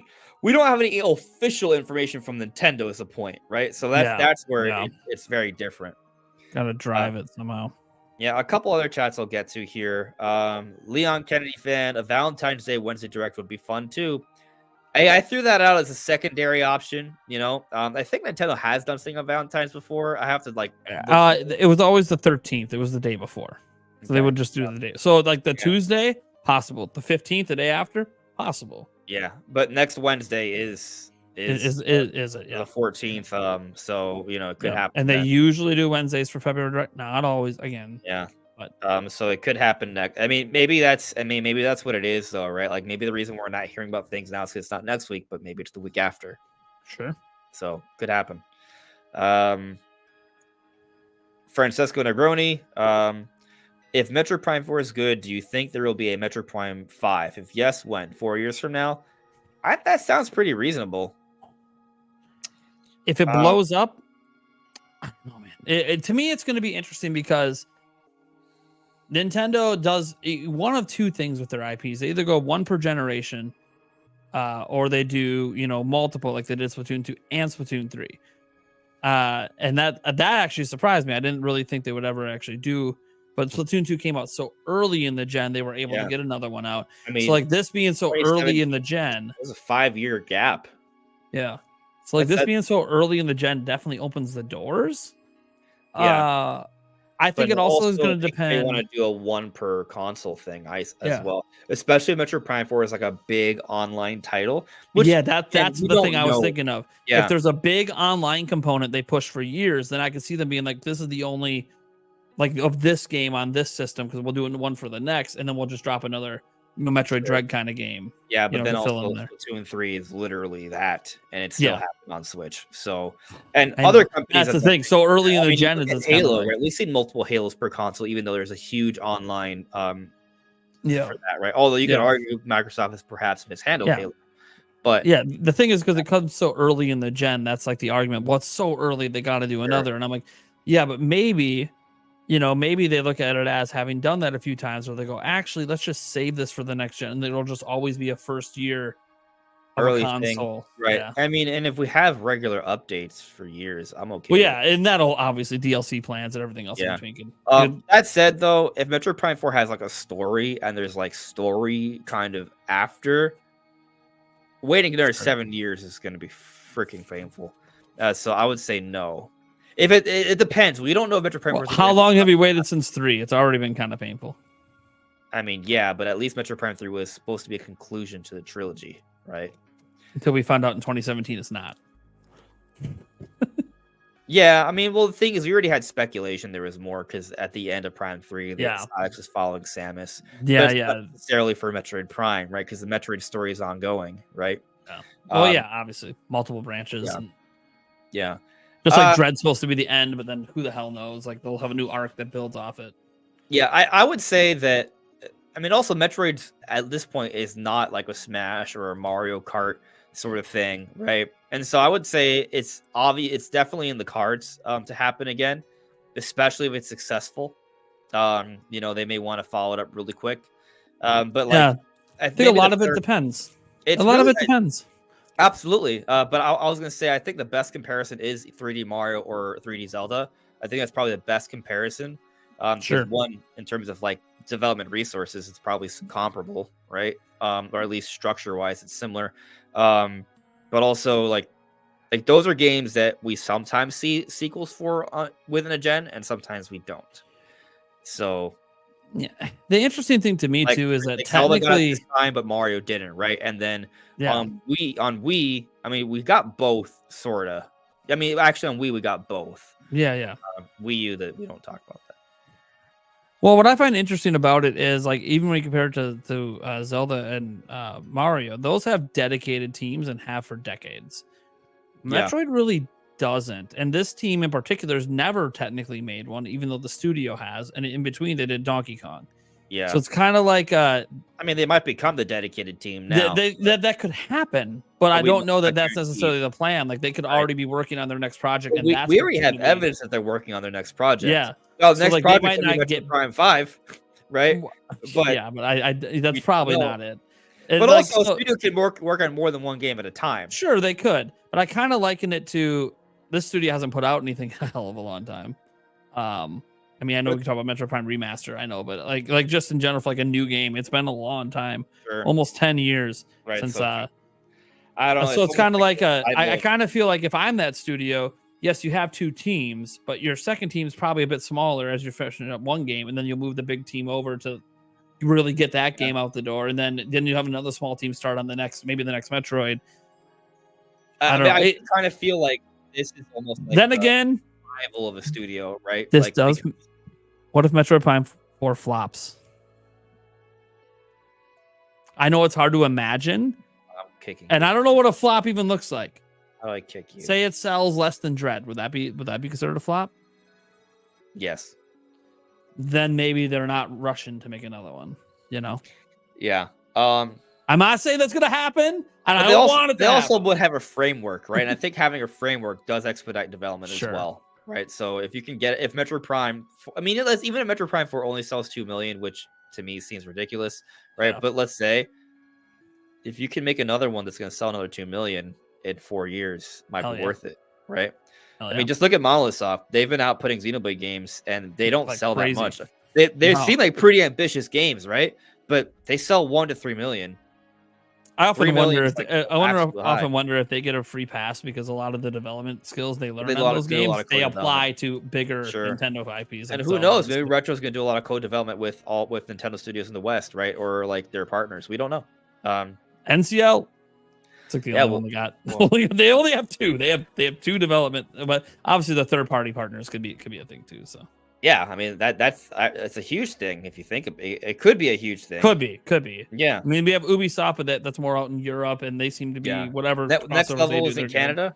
Yeah, next level's in Canada. Yeah, that's at least. But the they're same they're also like, hey, do they need the help? Look at Luigi's Mansion; they did pretty damn content. good. Like, do they really? Maybe they help Retro, or maybe they help each other. It's the other way around. Yeah, Retro. It's been a decade. Hey, look what we just did a few years back. Yeah. Step it up. Step it up. I really want to know. Like, I wish I could. Like, we learned everything. Like, why Retro? It's like we have ideas, right? Like, Yeah, obviously there's like what's been going on. Why is there right? projects? Why is I it? mean, They and haven't then done nothing for a decade. updating the root engine for Metroid Prime, like that is an accomplishment, right? Like what they accomplished with Metroid Prime Remastered is special. So obviously there's been some work that we have seen accomplished, but it has. I mean, Funky They Kong, don't have a decade of workout. yeah. There was something before they Funky got the Kong Metroid. and Prime Remastered in a decade. Yeah, there's something. There's something that got Yeah. shit canned at some point. Yeah, it's Nintendo Land 2. It's canceled. And they had a complete team turnover That's a during joke. all that too. Yeah. I don't think there's even anyone. I think I was looking at their employee page compared to the credits on Tropical Freeze, and I think like everyone's gone. Like it's a completely new studio. There's still some staff. It's like 5 people out of the entire. Some of them are staff. key members, though. Well, I mean, yeah, of course they're the key. Yeah. Oh, I mean, They're the ones that get paid the most. Of course they right, didn't but, leave. but the heads do matter, right? Because they know how to steer. Do they? Yeah. It's been Well, a decade. I knew you were gonna go in that direction. But pun I was gonna say, intended. do with they? steer- Do they? Pun intended with steering and direction, just for the record. Anyway, F-Zero? Don't worry, I'm not Jake. I don't know if that's what Retro Studios is doing, but someone's gonna do it. Someone's doing it. Yeah. RCM with the super chat as well. Thank you for the super chat. Cheers to my 2 favorite YouTubers and a very exciting year for us Nintendo fans. Absolutely. I mean, I think we're gonna have a fantastic year. Yeah, and I think we're approaching the end of the live stream. I was gonna Guys, say I any gotta leave in a bit. So yeah, final questions and points.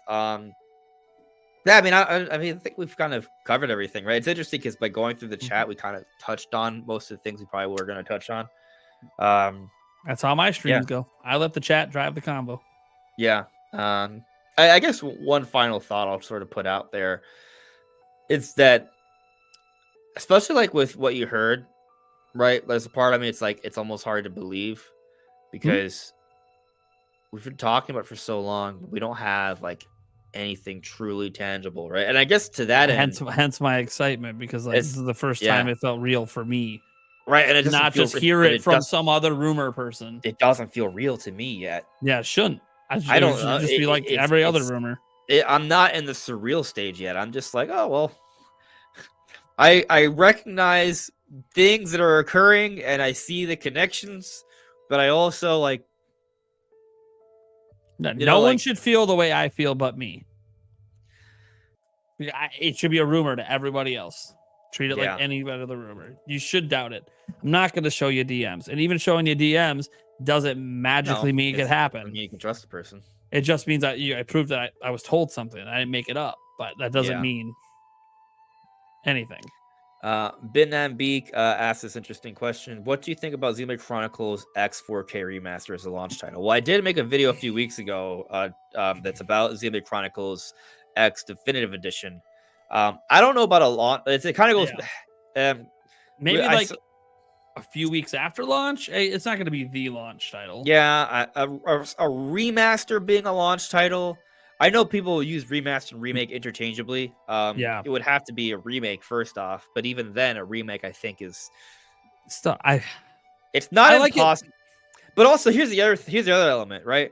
Just a remake. Like earlier, we entertained the idea that was before you came on the Ocarina briefly that maybe Ocarina of Time could be a launch title, right? It's probably not that. That's like a dark horse, right? Yeah. But like, if even there's then, gonna be right, but that's probably like the game that would make sense as a remake, as a launch title. That would be a remake. Otherwise, even then, exactly. Yeah. Maybe remake, like it would have to be a 3D Mario or 3D Zelda that you're remaking fully for it to make sense. I mean, they actually did do this for the Nintendo DS, right? Super Mario 64 DS, and also the pack-in game was Metroid Prime Hunter's First Hunt. I know, and I know people say, well, DS sold really, really. Hey, it didn't sell really well out the gate. Just to be clear, its success happened. They built upon it. The games. It was very slow out the gate for the DS. Yeah. But then it just kept getting games and games and games, and it just kept building. So, right. So I would say the answer is almost certainly no. That and like Xenoblade X, right? Like a remaster. It's just no. It's not going to be a launch title. Yeah, no. Maybe like a few. I do see it being a few months later. I think we're going to get a Xenoblade Chronicles X, and I don't think it's just going to be a basic remaster. I think it's going to be a definitive edition, right? So just look at how they enhance Xenoblade. The only way, here's the thing: like I could see it happening in the first year of the system because there's going to be remasters and stuff in the first year.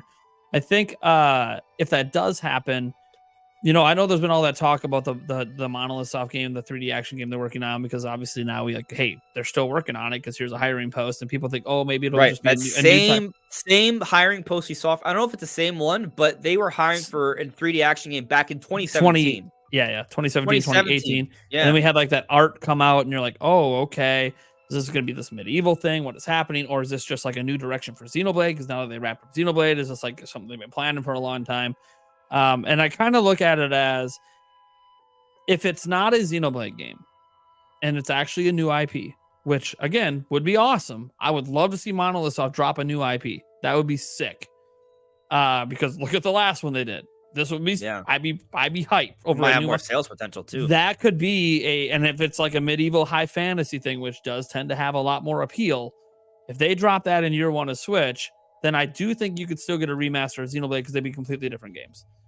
And so then you could actually have both. You could have both those projects come out. So, and that's assuming that they're the ones that even would have did the X one and they didn't hire an outside studio to do it. So yeah, I mean they handled their own. Yeah, they handle their own. So like I think they will, but Monolith they have separate teams. Monolith Soft is huge. Like you actually like they're one of the largest single entity of like just team members they have next to Nintendo EAD, which we already know EAD is split up into different teams.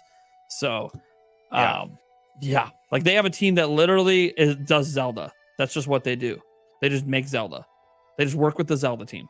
Then they have two other teams on top of that.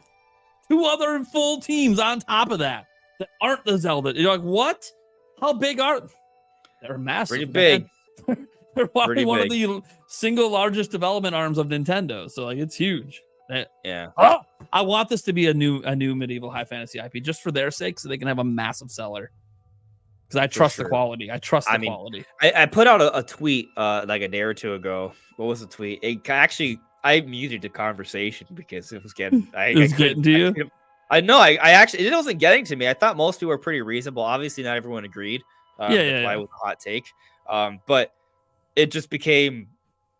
My notifications were annoying. That's just the basic point. So like, I was like, oh, so this is what it feels like to actually be famous on Twitter. I'm not a fan. So so this is what I tweeted. I see your hot take. Yeah, here you go. Yeah, maybe this is a hot take, but considering the 20 to 30 million Zelda fans and how vocal some of them are about wanting a more story-centric game, you would think more would give Xenoblade a try. Another fantastic sci-fi, another fantasy sci-fi Nintendo series with huge worlds to explore, but no, they don't. And obviously some do, but yeah, there is a very vocal audience of Zelda fans that are upset with Tears of the Kingdom. But as a Zelda fan, a lot of things that I enjoy in Zelda, I also enjoy. Are why I enjoy Xenoblade. These giant, fantastic worlds that I can explore and adventure through. That's a lot of why I like Zelda. And then having this compelling story with these engaging, interesting characters. That's a lot of what Xenoblade has as well. And actually, it does it better. That's kind of the focus for Xenoblade. And that's what a lot of people want in Tears of the Kingdom and don't have it. And so consider you look at those strong sales and you look at the poor sales of Xenoblade by comparison. You would think that there would be more people willing to give it a try. And I know some people do. And I understand some of the counter arguments like, oh, well, the gameplay style is different. It is different. Yes. But I guess, but not everyone's going to dislike the gameplay style. Yeah. Right. But I guess a point to make, though, is that maybe the style is a little bit niche. I always hate using that word. It feels insulting. But if Monolith Soft were to make a new IP that has a different style that perhaps appeals to a larger audience, has still the high fantasy sci-fi elements that a lot of Zelda fans love, but it's just more approachable with an amazing story, then all those people, they're like, oh, we need this. Well, that's it. Yeah, right. On a silver platter for you. All right. Made by one of the best Nintendo studios. I have to go. Yeah. I go pick my kids up. So. All right, man. Thanks for stopping by. Yeah, you have a good stream, man. All right. Thanks. I'm finishing up. Have a good one. Anyway, yeah, so, it would be cool if that's the kind of direction Monolith is going. Not saying I don't want them to stray away from having RPGs. I love them, but maybe they can do both. They have several studios. So, it's interesting. I mean, they literally are hiring for a 3D action game. So maybe that's a vague term. And so maybe it is still an RPG. But, I mean, it could be a 3D action game that has RPG elements. Technically, the Xenoblade games are already in real time. There's just like an arts wheel that you pick in real time as you move around. Like, so you're still doing attacks in real time, but maybe they can make it feel more real time while still having arts. I think there is a way to do that. I mean, Final Fantasy does it. So it's definitely conceivable.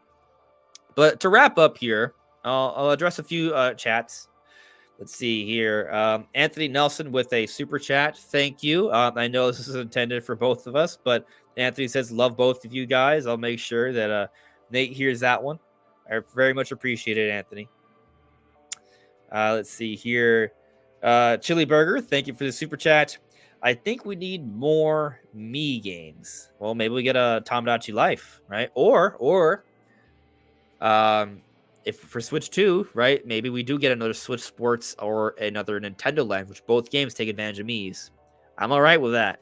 I am all right with that. Those are fantastic games. So I'd love to see that. Monotony with the super chat as well. Thank you for the super chat. The new console will be named the Nintendo Prime.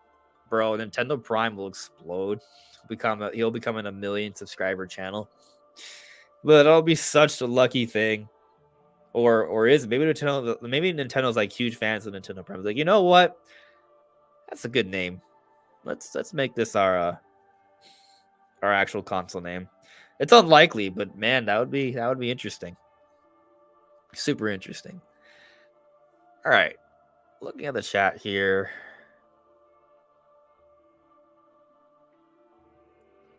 What's this? Risky Andres, are Xbox and PlayStation really making new handhelds? I don't know about Xbox, but I heard something about the Vita 2 or something for Sony. I'm not a Sony guy, right? There's some rumors for a Vita 2. I'm googling it right now to see what it is. The words PlayStation Vita aren't something. Okay, blah blah blah. The reports for a new Sony handle of Surface, unlike the PlayStation Portal, rumors point towards a new handle using a custom AMD APU. They could provide performance on par with the PS4, and some tricks might even enable it to run PS5 releases. So, like what people are saying, the Switch 2 is. Even though I think the Switch 2 is like I don't like the PS4 comparison to Switch 2, but as like the bare minimum, maybe. I'm just curious what if these reports are reliable or not, and I don't know. I haven't really looked into it. I literally just googled this article now. So it's Games Radar. They're just reporting on a rumor. I'll say that if they did, I don't think it really is much of a concern to Nintendo. It never has been. But also the Vita, like Sony cut short. And now they just put out the PlayStation Portal, which feels like a little bit of overlap there. And they've been so focused on the PS5. I just don't really. I'm not saying it's not going to happen, but it's not something I've been expecting, right? So I don't know. And also, even if it is, great, cool. I would love to see a Vita 2. I think Sony, I mean, they could in theory make a good handheld. I mean, I think both the PSP and the Vita were great handhelds. The PSP was a successful handheld, and the Vita failed, but Sony pulled out. And so I think with some tweaks, they could do a better job. And as a hardcore Nintendo fanboy, I am not even remotely concerned. Like, bring it. Let's do it. Like, if they can do that, for sure. But I also think, spreading yourself too thin is a problem, right? If you have the Portal, you have the PS5, you have PSVR, that's a lot. And then you want to put out a Vita 2, like that's too much. And it feels like Sony would be maybe positioning themselves to fail. I'm not saying they will fail, but I don't know how far off it is. So if it's happening, great. I hope it works out. Not really a concern of mine though. And I focus on the concern thing, Risky, because I know you're always going at the angle of, is Nintendo screwed, or are they going to get obliterated? That I usually disagree. Super Gaming, I saw your chat from earlier. I can't find it so I can show it, but I will tell you that I do think Switch 2 is coming out in the summer. There's no, 100% doesn't exist, right? But I am predicting Switch 2 is coming out in the summer. Now, summer is pretty wide range, and I'll say that summer technically ends September 22nd. So for those that September timetable, summer that's agreeable. It works. But if we do hear about Switch 2 in February, then they could come out maybe August or July. Right? Like I think there's an opportunity for Switch 2 to come out even sooner. I'm not expecting that necessarily. My prediction is by the end of summer, which is probably September. But if it happens sooner, I'll be really happy about that. So my answer is yes, but it could be late summer. And obviously, that's just my prediction. I don't know. Hey, Paul, how you doing, buddy? I'm doing well. Dark Shadow Rage is asking, what's the name of the track playing in the background right now? I believe it's from Mario Galaxy. I think it's Space Junk Galaxy.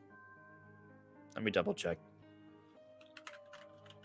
Space Junk Galaxy is a song in Mario Galaxy and also a level. Double check. Yep. Space Junk Galaxy. So if we search Space Junk Galaxy from Super Mario Galaxy, you will find the music. There it is.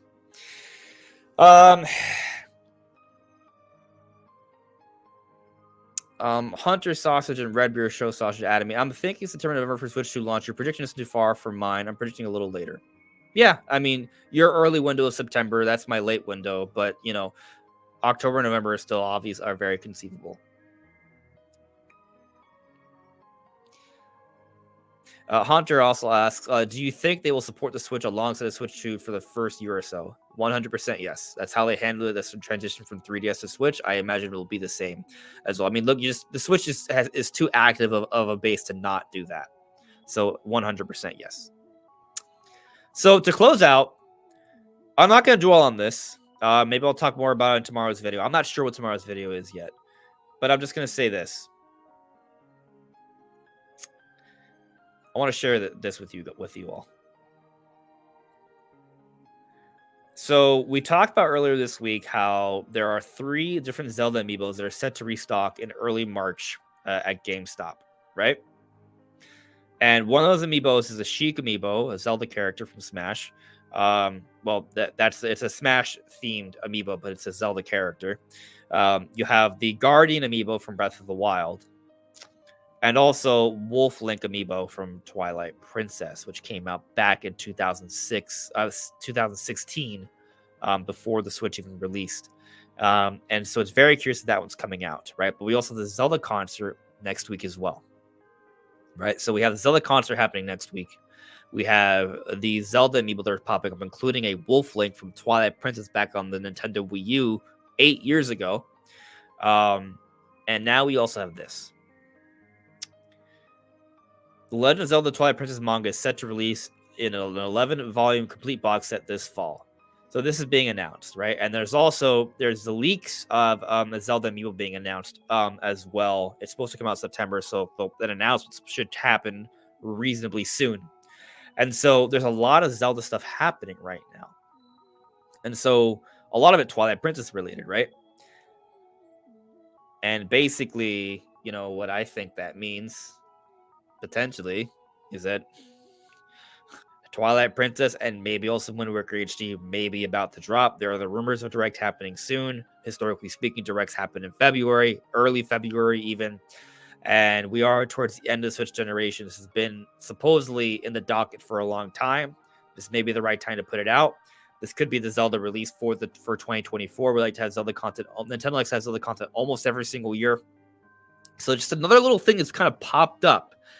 This supports that something Zelda seems to be happening because there's different Zelda memorabilia and merchandising things that are coming out or being announced around this time. So if there's a time to predict Wind Waker and Twilight Princess HD, at least Twilight Princess HD, it might be now. Obviously, we've been waiting a long time. We don't know for a fact. Take it with a grain of salt. It's not a rumor. I mean, obviously, there's a rumor of Twilight Princess Wind Waker HD, but that's the same. It's the same old rumor from the past. We're assuming it hasn't changed. It's just all these other little Zelda things are popping up, potentially suggesting that an announcement is around the corner.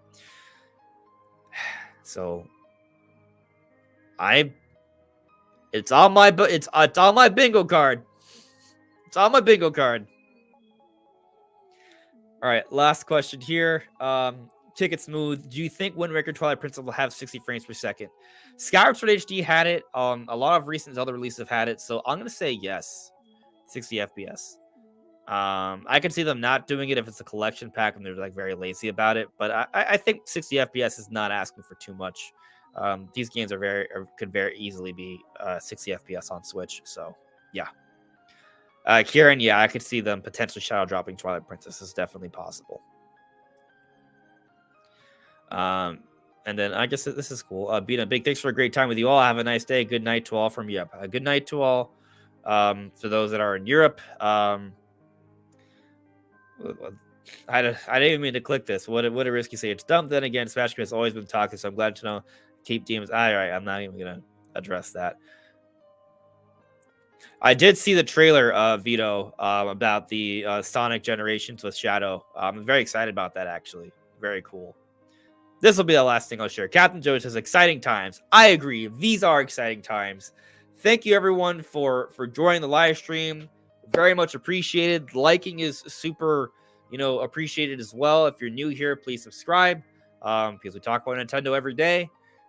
Also, shout outs to Rob from Ruler to Review. He was here for the first part of the stream where we had an amazing discussion. So check out the earlier in the stream, but also check out Rob, his channel. amazing content creator. A link in the description below. And also Nate, who popped in the second half of the stream and was also fun as well. Also an awesome Nintendo news channel. A link in the description below. Both of them. But I'll see y'all really soon. It's been a good one. These are exciting times. So let's see what happens.